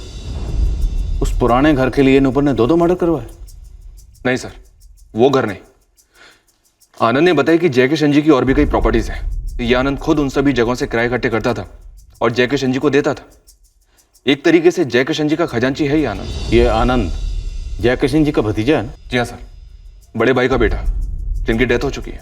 और ये गीता जी नुपुर की सौतेली माँ थी? सौतेली माँ भी तो माँ ही होती है ना सर। आपके पति आपके साथ नहीं आए? कमल हुडा? मेरे पति टेम्पो चलाते हैं, चंडीगढ़ गए डिलीवरी पर। क्या बोल रहे नुपुर, कब हुआ? अभी अभी आनंद भैया का फोन आया था, कब हुआ कैसे हुआ उन्हें भी ठीक से नहीं पता। अच्छा, तू एक काम कर, जल्दी से जल्दी पहुंच वहाँ पे। मेरे पति कल सुबह तक यहाँ पहुँच जाएंगे सर। आप लोगों को पता चला ये सब किसने किया? कुछ चीज़ें पता चली, जैसे कि कातिल जो भी होगा पहचान का ही रहा होगा। शायद बेल बजाकर घर में दाखिल हुआ होगा और उसके लिए दरवाज़ा खोला गया, फिर चाय बनी, पराठे बने, जो आपकी सौतेली माँ गीता दहिया ने अपने हाथों से बनाई। कातिल ने चाय पी, पराठे खाए और फिर आपके पिताजी जय किशन और आपकी सौतेली माँ गीता दोनों का गला दबाकर दोनों को मार डाला और फिर उन दोनों के फ़ोन लेकर बाहर के दरवाजे पर ताला लगाकर चुपचाप वहां से चला गया। आपके घर में एक लॉकर है, आपको तो पता ही होगा। उस लॉकर की चाबी हमें नहीं मिली, हम उस लॉकर को खुलवा रहे हैं। और इतना तो तय है, ये दोनों कत्ल सिर्फ 2 मोबाइल फोन के लिए नहीं हुए। कातिल जो भी था आपके माँ बाप की पहचान करा होगा। पहचान का? पर कौन? नुपुर जी, हमने सुना है कि आपके पिताजी की काफी प्रॉपर्टीज हैं। हाँ तो कितनी होंगी? मुझे नहीं पता सर, आप आनंद भैया से पूछ लीजिए, पापा का सारा कामकाज वही संभालते हैं। उनसे भी पूछ लेंगे, लेकिन आपको क्या लगता है आपके पापा की प्रॉपर्टीज के लिए आपके पिता जयकिशन और आपकी सौतेली माँ गीता को कौन मार सकता है? ये बार बार आप सौतेली माँ क्यों कह रहे हैं? कहीं आपका इशारा मेरी तरफ तो नहीं कि मैंने उनका कत्ल करवाया? नुपुर जी, हमने ऐसे कई केसेस देखे हैं जहाँ छोटी छोटी रकम के लिए लोगों ने अपने सगे माँ बाप का कत्ल किया। पर मैं उन लोगों में से नहीं हूँ। मेरे लिए कोई भी प्रॉपर्टी माँ बाप से कीमती नहीं हो सकती। सेलफोन्स पालमगंज टावर की रेंज में स्विच ऑफ हुए और लास्ट लोकेशन भी घर के आसपास का इशू हो रहा है। और इस दौरान कोई phone call? Sir, call record से 15 सितंबर की दोपहर को किसी के भी आने का कोई क्लू तो नहीं मिल रहा है। जान पहचान के लोगों को घर आने से पहले फोन करने की जरूरत नहीं होती, खासकर करीबी लोगों को। वैसे सर, कत्ल के वक्त नूपुर हुड्डा और कमल हुड्डा, इन दोनों का phone location Majnu Khera cellphone tower की रेंज में था, जहाँ पे उन दोनों का घर है। और किराए के हत्यारे घर में बेल बजाकर दाखिल नहीं होते, और ना ही उन हत्यारों को कोई पराठे बनाकर खिलाता है और ना ही चाय बनाकर पिलाता है। पर जो जान पहचान वाला आया उसे लॉकर और चाबी दोनों के बारे में मालूम रहा होगा सर, लेकिन उसने लॉकर में रखी हुई 2 करोड़ से ऊपर की रकम वो छुआ तक नहीं। ये दोनों मर्डर ना तो किसी सुपारी किलर ने किए हैं और ना ही किसी पेशेवर लुटेरे ने। ये दोनों कत्ल शायद सिर्फ और सिर्फ पैसों के लिए हुए। जी, मेरे खाते के हिसाब से कुल मिलाकर 2 करोड़ 12 लाख 45 हजार होने चाहिए, मतलब 12 लाख रुपए कम है। इतना सारा कैश कहाँ से आया? ये सारे पैसे किराए से आते हैं। कितनी प्रॉपर्टीज हैं? काफ़ी सारी बिल्डिंगें हैं, दुकानें हैं। चाचा जी टाइम टू टाइम खरीदते रहते थे। सारी प्रॉपर्टीज यही हैं? जी हाँ, यही फरीदाबाद में। जय किशन चाचा जी की कुल मिला के 3 बिल्डिंगें हैं। हर बिल्डिंग में तकरीबन 100 के करीब फ्लैट्स हैं। फिर सारे फरीदाबाद में अलग अलग जगह दुकानें भी हैं, सभी किराए पर चढ़ा रखी हैं। कुल मिलाकर हर महीने का किराया आता है लगभग 18 लाख रुपए। 18 लाख किराया हर महीने और सारा कैश? जी हाँ, मेरे पास एक एक पैसे का हिसाब है, अगर आप चाहें तो देख सकते हैं। आनंद जी, अब सवाल यह है कि अगर कोई पैसे लूटने के इरादे से आया था तो वो ईमानदारी से 12 लाख रुपए लेकर क्यों जाएगा, जबकि सामने लॉकर में 2 करोड़ से ज्यादा की रकम पड़ी थी? यही तो मैं पहले दिन से कह रहा हूं सर, ये सब कुछ नुपुर ने किया है और आप नुपुर को पकड़ने की बजाय उसे ही शिकायतकर्ता बना बैठे। उसके साथ नरमी से पेश आ रहे हैं आप लोग। और आप नुपुर का नाम इतने दावे के साथ कैसे ले रहे हैं? क्योंकि सर, जय किशन चाचा जी उसे अपने दिल और अपनी जायदाद दोनों से बाहर निकाल चुके थे।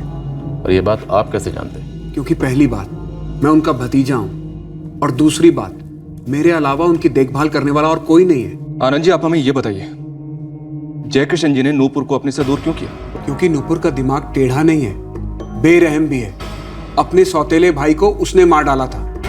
मतलब अपने पिता जयकिशन और सौतेली माँ गीता के? जी हाँ, बेटा सुभाष। अगर आज वो जिंदा होता तो सारी प्रॉपर्टी, पैसा वैसा सबका वारिस वही होता।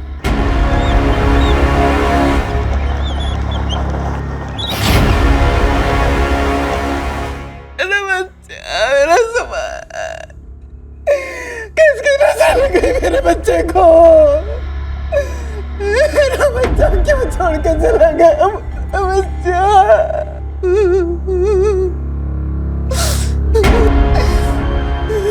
सुभाष मेरे बेटे मोहित से सिर्फ 1 साल बड़ा था। तो आपका ये कहना है कि नुपुर ने सुभाष का कत्ल करा दिया? फिर तो पुलिस में शिकायत दर्ज कराई गई होगी।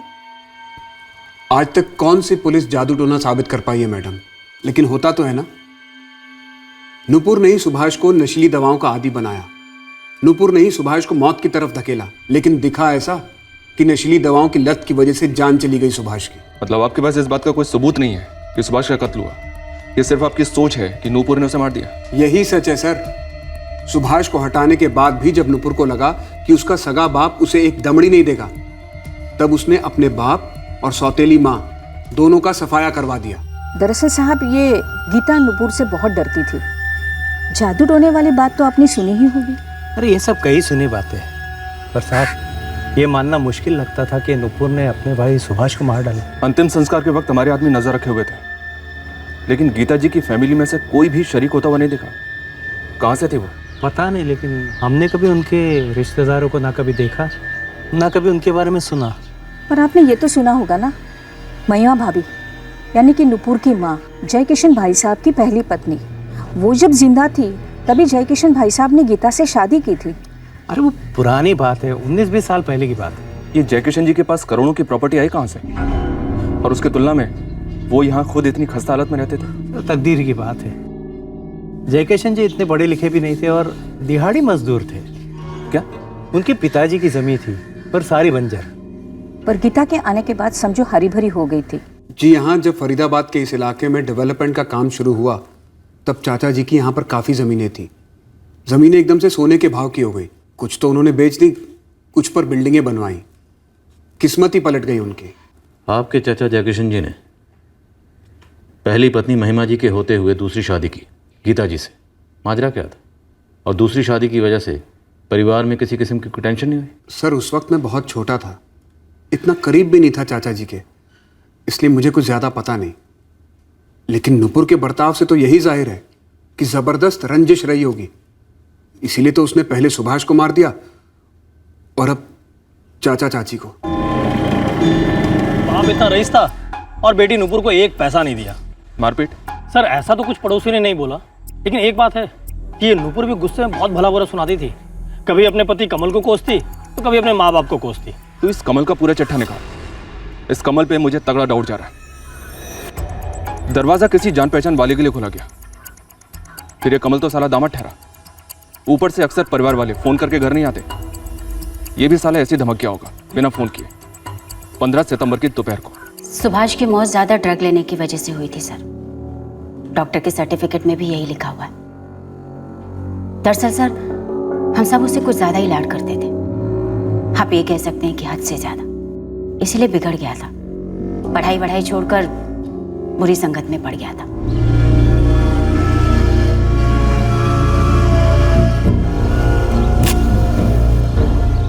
सुभाष, सुभाष उठ बेटा।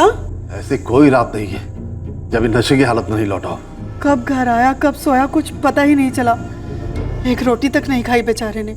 हम सब ने उसके नशे की लत छुड़वाने की बहुत कोशिश की सर। मैं तो उसे नशा मुक्ति केंद्र भी ले गई थी। हम भर्ती कराते वो भाग आता। आपके पापा जयकिशन दहिया ने आपकी माँ महिमा दहिया के जीते जी दूसरी शादी की गीता दहिया जी से। सर मेरी माँ लंबे अरसे से बीमार रहा करती थी और पापा की दूसरी शादी के बाद वो चल बसी। और जयकिशन जी की दूसरी शादी से काफी तकलीफ हुई होगी आपकी माँ को, और आपको भी। नेचुरल है, तकलीफ तो हुई होगी। मैम आप मुझ पर फिर से उंगली उठाने की कोशिश कर रही हैं। आपके पापा जयकिशन दहिया आपको अपनी प्रॉपर्टी में से कुछ नहीं देना चाहते थे, सच है? और आपके पापा अपने बेटे सुभाष की मौत का कारण आपको मानते हैं, और आपकी सौतेली माँ गीता जी भी। जब मैं 12 साल की थी उस समय माँ काफी बीमार रहा करती थी और पापा को वारिस चाहिए था, एक बेटा जो सभी को चाहिए होता है। मेरे पति को भी चाहिए, भले ही हमारे हालात इतने खस्ता है। पापा को बेटा चाहिए था वारिस, और मेरी माँ दोबारा माँ नहीं बन सकती थी। तो आपके पापा जयकिशन जी को वारिस देने की चाहत पूरी करने के लिए आपकी माँ ने उन्हें दूसरी शादी के लिए हाँ कर दिया। जी, माँ ने खुद पापा से कहा था कि वो दूसरी शादी कर ले। और लड़की भी आपकी माँ ही ढूंढ के लाई थी? सगा सौतेला जो भी कहें आप, दिल से अपनाया था सर। पर गीता जी आपको अपने बेटे सुभाष का कातिल समझती थी, ये सच है या अफवाह? बदनसीबी से इस अफवाह को गीता जी सच मान बैठे थे सर। क्यों? क्योंकि सुभाष के आने के बाद पापा के जैसे बंजर जमीन पे सोना हो गया हो, लेकिन उसकी मौत के बाद उनकी सारी जायदाद की मैं इकलौती वारिस बची। और गीता जी ने ये मान लिया कि उनके बेटे सुभाष को आपने मरवाया उनकी जायदाद के लिए। आप तहकीकात कर सकती हैं मैडम। डॉक्टर के सर्टिफिकेट में लिखा हुआ है कि सुभाष की मौत ज्यादा ड्रग लेने की वजह से हुई थी, लेकिन शक का कोई सर्टिफिकेट नहीं होता ना सर। अब आप लोगों को ही देख लीजिए, आप लोग मुझ पर शक कर रहे हैं। पर यह तो सच है ना कि सुभाष की मौत आपके घर में ही हुई थी, और उस दिन हुई जिस दिन आपकी बेटी निधि का 9वां जन्मदिन था। Happy birthday to you. Happy birthday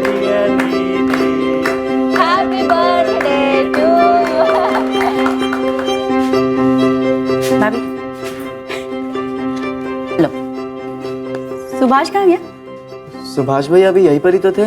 वही तो। सुभाष। अरे फिर से वही तलब तो नहीं लग गई? कमल यार कुछ भी बोलते हो तुम। सुभाष, ए सुभाष, सुभाष, सुभाष, सुभाष, सुभाष बेटा, सुभाष,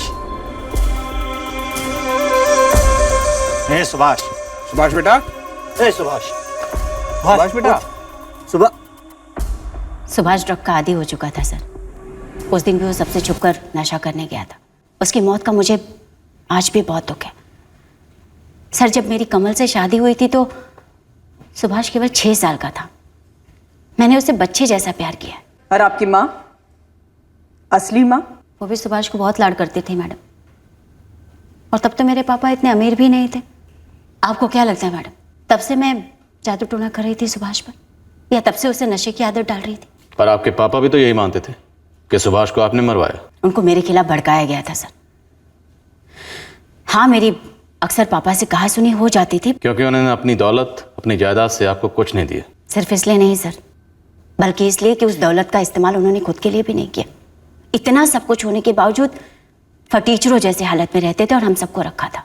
देख नुपुर, जो भी है मेरा है। मैं किसे क्या दूं क्या ना दूं, इसमें मैं किसी का दखल बर्दाश्त नहीं करूंगा। ठीक है पापा, कम से कम खुद को तो दे दीजिए। वो सुख सुविधा जो हर करोड़पति इंसान खुद को देता, अपने घर वालों को देता है। इसलिए तूने मेरे बेटे को मार डाला इन पैसों के लालच में? मैंने कुछ नहीं किया माँ। चुप कर, खबरदार जो मुझे माँ कहो तो। मैं पहले भी कई बार बोल चुका हूं, तुम दोनों को एक दमड़ी नहीं मिलेगी। तुम दोनों मेरी दौलत पर बुरी नजर अब मत डालो। आपकी दौलत पर पहले से बुरी नजर लगी है पापा, तभी तो वहां तिजोरी में पड़ी पड़ी सड़ रही है और मैं वहां उस नरक में सड़ रही। आपके मन में एक बार भी ख्याल नहीं आता कि आप अपनी इतनी सारी दौलत से अपनी इकलौती बेटी, उसकी बच्ची, अपनी नवासी का भविष्य सुधार सकते हैं? लालच से किसी का भविष्य नहीं बनता है, कभी नहीं। जायदाद से कुछ भी नहीं देना चाहते थे, लेकिन अब तो सब कुछ मुझे ही मिलेगा ना सर। पर फिर भी मैं यही कहूंगी कि मैंने उन्हें नहीं मरवाया, ना ही सुभाष को। बचपन में मैंने बहुत गरीबी देखी सर, और आज तो उससे भी ज्यादा गरीब हूं। शायद मेरी यही गरीबी आप लोगों के मन में मेरे लिए शक पैदा कर रही है। लॉकर से 12 लाख रुपए गायब हुए। पर आप तो कह रहे थे कि करोड़ों थे लॉकर में। तो शायद 12 लाख सिर्फ हमें गुमराह करने के लिए चुराए गए हों। और मैं अच्छे से जानती हूँ कि आप लोगों को गुमराह कौन कर रहा है और क्यों कर रहा है। कौन? बोलिए नुपुर जी। सर, मेरी सौतेली माँ को मेरे ताऊ यानी कि आनंद भैया के पापा लेकर आए थे दंतेवाड़ा के गरीब इलाके गुंजलगढ़ से। हमें उनके अतीत के बारे में रत्ती भर भी जानकारी नहीं, लेकिन ताऊ जी को और फिर आनंद भैया को पापा के एक एक प्रॉपर्टी की खबर थी। अब आप सोचिए कि जो इल्जाम मुझ पे लगाया जा रहा है कि मैंने सुभाष का कत्ल करवाया या मैंने उसे नशे की आदत डाली, इल्जाम आनंद भैया पर भी तो लगाया जा सकता है ना। उनका तो रोज का आना जाना था हमारे घर में, तिजोरी की चाबी भी उनके पास होती थी। पापा ने कहा कितने पैसे रखे सब कुछ मालूम था उन्हें, लेकिन नहीं, आप लोग केवल मुझ पर और मेरे पति पर शक कर रहे हैं। मेरे पापा शायद दिल ही दिल में जानते थे कि मैंने कभी कोई गलत काम नहीं किया। शायद इसीलिए उन्होंने मुझसे कभी इतनी नफरत नहीं की कि अपनी सारी जायदाद आनंद भैया या उनके बेटे मोहित के नाम कर दी। लेकिन आनंद भैया, उनकी पूरी जिंदगी इसी कोशिश में निकल गई कि मेरी भरपूर बदनामी हो और वो समाज के सामने संत नजर आए। सर, अगर किसी ने पहले से प्लानिंग की है ना, तो वह है आनंद भैया, और उससे पहले ताऊ जी, गीता जी को हमारे घर में लाकर मेरी सौतेली माँ।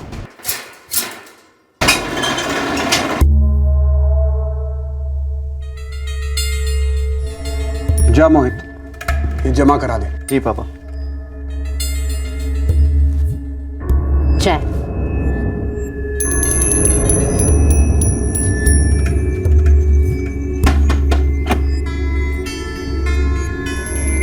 बोला ना नहीं, तिजोरी में पुलिस वालों को कोई वसीयत नहीं मिली। तुझे क्या लगता है तेरे बाप ने कोई वसीयत बनाई नहीं?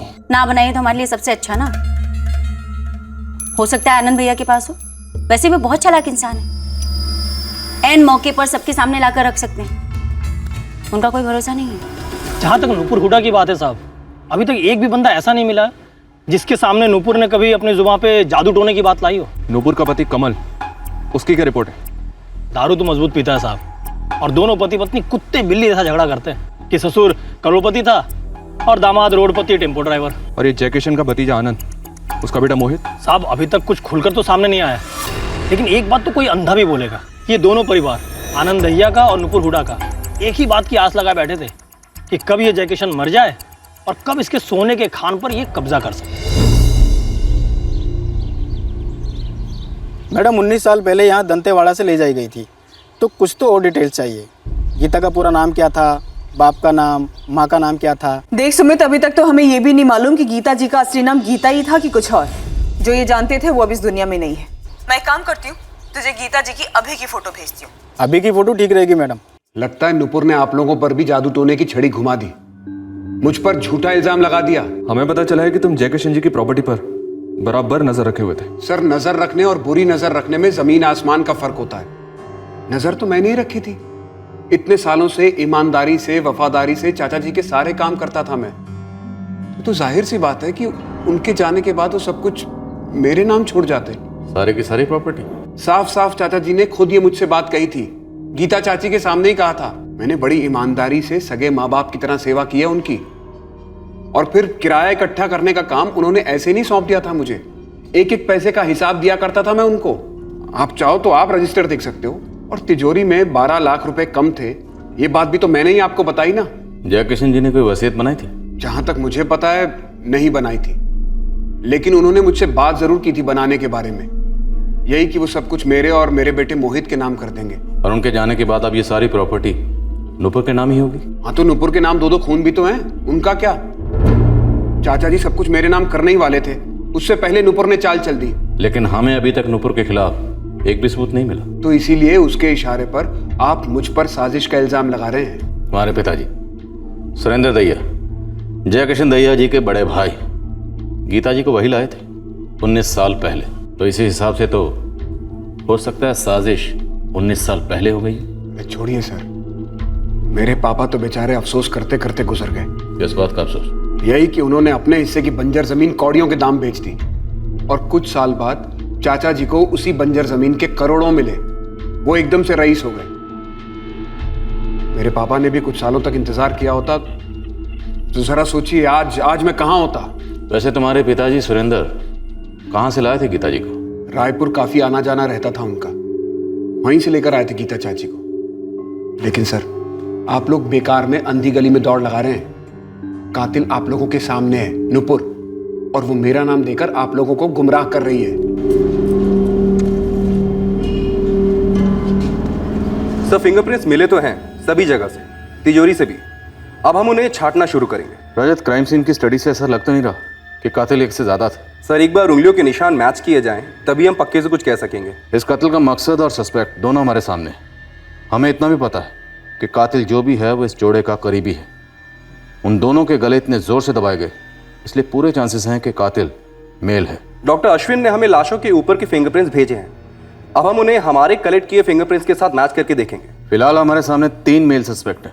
आनंद दहिया का बेटा मोहित दहिया और जयकिशन की बेटी नुपुर का हस्बैंड कमल हुडा। लेकिन फिलहाल हमारे पास इन तीनों के खिलाफ कोई सबूत नहीं। रजत, इस केस में फिंगरप्रिंट्स हमारे लिए एक बहुत अहम सुराग साबित हो सकते हैं। बस थोड़ा सा टाइम दीजिए, मैं आपको सारे सही एनालिसिस दूंगा। जयकिशन का फोन स्विच ऑन हुआ है, दूसरा सिम लगा के फोन यूज किया जा रहा है। फोन की लोकेशन यही फरीदाबाद की है।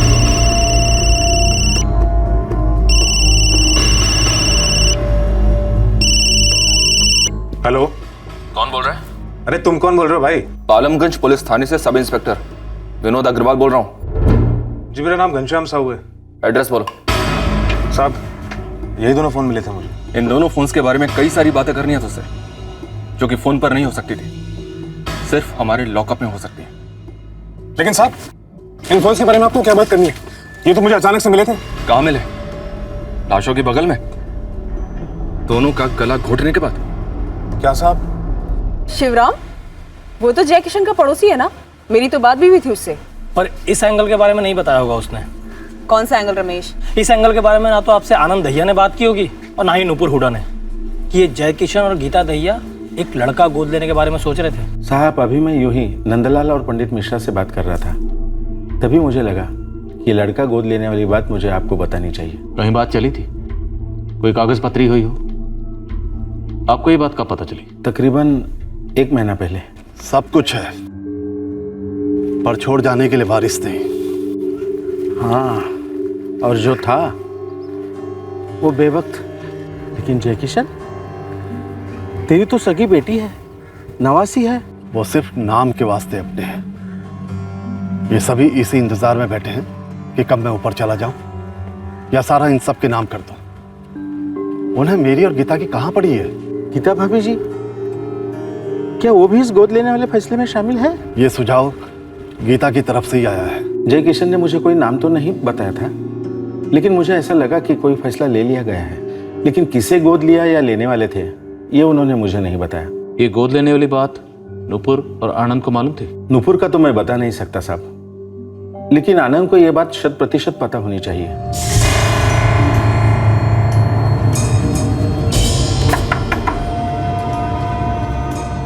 मालती जी किराया।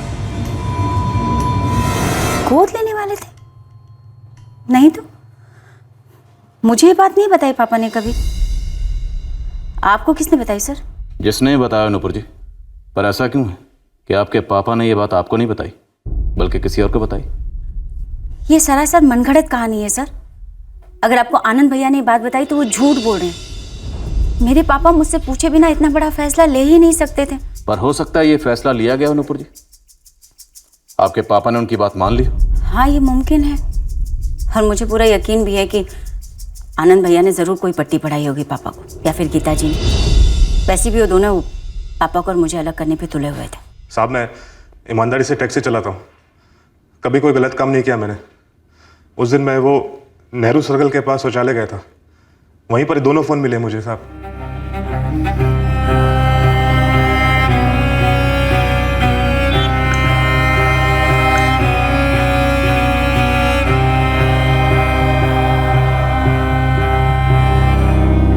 पब्लिक टॉयलेट में तुझे एक नहीं 2 फोन्स मिले? क्या बात है? पट्टी लगी थी उन पर जिस पर लिखा था भैया हम यहाँ लावारिस पड़े हैं, हमें चुरा लो। मुझे लगा कि मैं वो दोनों फ़ोन बेच दूंगा, और मैं गया भी था बेचने के लिए। मोबाइल की किस दुकान पर गया था? साहब वो यूनिक मोबाइल सेंटर। तो फिर बेचा क्यों नहीं? साहब वो दुकानदार ने बोला कि इन दोनों फ़ोनों का कोई पैसा नहीं मिलेगा, क्योंकि आजकल स्मार्टफोन का ज़माना है और कोई बच्चा भी बतौर खिलौना इस्तेमाल नहीं करेगा। तो मुझे लगा कि मैं इस्तेमाल कर लेता हूँ, और जैसे ही सिम डाल के फ़ोन ऑन किया, अब आप लोगों का दामाद बन गया हूँ साहब। दामाद जी, बड़ी दिलचस्प कहानी सुनाई आपने। अब हमें हकीकत सुनाइए, क्योंकि इन दोनों फोन्स के मालिकों का कत्ल हो चुका है। हाँ, मेरा कोई हाथ नहीं साहब इसमें। कातिल जो भी हो, इतना तो हम भी जानते हैं कि वो इतना बड़ा बेवकूफ़ तो नहीं होगा कि विक्टिम का फ़ोन अपने साथ लेकर घूमे। शायद ये घनश्याम सच बोल रहा हो सर। और अब ये गोद लेने वाला नया एंगल सामने आने से सिर्फ नुपुर ही हमारी सस्पेक्ट नहीं है, बल्कि हमारा सस्पेक्ट आनंद भी है, क्योंकि नुपुर और आनंद ये दोनों ही वारिस बनना चाहते थे। नक्सल कनेक्शन? ये कहाँ से आया सुमित? मैडम पता नहीं कनेक्शन कैसे आया, पर मैं यहाँ गीता की फ़ोटो लेकर उसकी फैमिली को खोज रहा था। पूरा गांव घूमा, तब एक अजीत वर्मा से टकराया। मार्केट में वर्मा जी का नाम तो सुना ही है आपने, अब पैसा लेके आ जाना। हाँ बोलो। अजीत वर्मा? हाँ, क्या है? हमारे गोंजीलगढ़ में ये गीता थी, कोई 20-1 साल पहले हरियाणा फरीदाबाद में जा बसी। वहाँ जाकर गीता दहिया हो गई। कुछ सुना है? कुछ पता है इसके बारे में? तू है कौन? वो मैंने सुना है गांव में कि आप गीता को जानते थे। मैं नहीं जानता किसी गीता फीता को। और तू कौन है? मैं वो फरीदाबाद पुलिस की मदद कर रहा हूँ। खबरी? ऐसे ही समझ लो। इस अजीत वर्मा का कोई नक्सल कनेक्शन है? मुझे यहाँ की उड़ती चिड़िया ने टिप दी कि अजीत नक्सलियों के साथ मिलता है। जब से मुझसे बात की, इसने अपनी दुकान बंद कर दी और अपनी बीवी को लेके हवा हो गया। इस अजीत वर्मा का कोई नंबर है? हाँ, पर बंद जा रहा है। फिर भी भेज मुझे। करोड़ों की जायदाद के मालिक, लेकिन जिंदगी जीने का तरीका एकदम फटीचर। और फिर बुढ़ापे में बच्चा गोद लेने की पहल, और अब ये नेक्सलाइट एंगल की पॉसिबिलिटी। ये डबल मर्डर केस असल में है क्या? एक चक्रव्यूह जैसा बन गया सर। आनंद ने हमें भेजा नूपुर के पीछे, और नूपुर ने पलटवार किया और आनंद को ही संदिग्ध बना दिया। और सर, इन सब एक सबसे बड़ा रहस्य, गीता का पास्ट, जिसके बारे में शायद किसी को कुछ भी नहीं मालूम। इस वक्त हमारे सामने कई सवाल हैं। पहला सवाल, क्या जयकिशन जी ने कोई वसीयत बनाई थी? क्या कोई बच्चा वाकई अडॉप्ट किया गया था? या फिर आनंद और नूपुर ने मिलकर कोई साजिश रची और उस साजिश का गीता जी को पता था, या फिर ये सारी साजिश गीता जी ने रची लेकिन उनकी पीठ पीछे एक और साजिश रची गई जिसके तहत गीता जी को रास्ते से हटा दिया गया।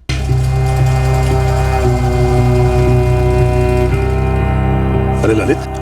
जी सर। इस राहुल ने नौकरी वोकरी छोड़ दिया क्या? कुछ बताया नहीं सर, ड्यूटी पर भी नहीं आ रहा है, उसने फोन भी बंद रखा है सर।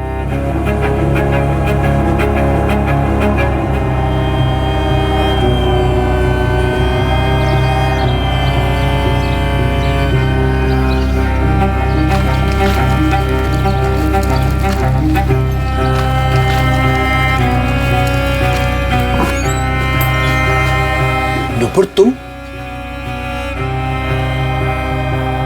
यहाँ क्या कर रही हो? पहले मुझे ये बताओ, ये गोद लेने वाली बात मुझसे छिपाई क्यों गई? गोद लेने वाली बात? कौन किसे गोद ले रहा है? पापा और गीता जी किसी लड़के को वारिस बनाने वाले थे गोद लेकर। पुलिस को किसी ने बात बताई।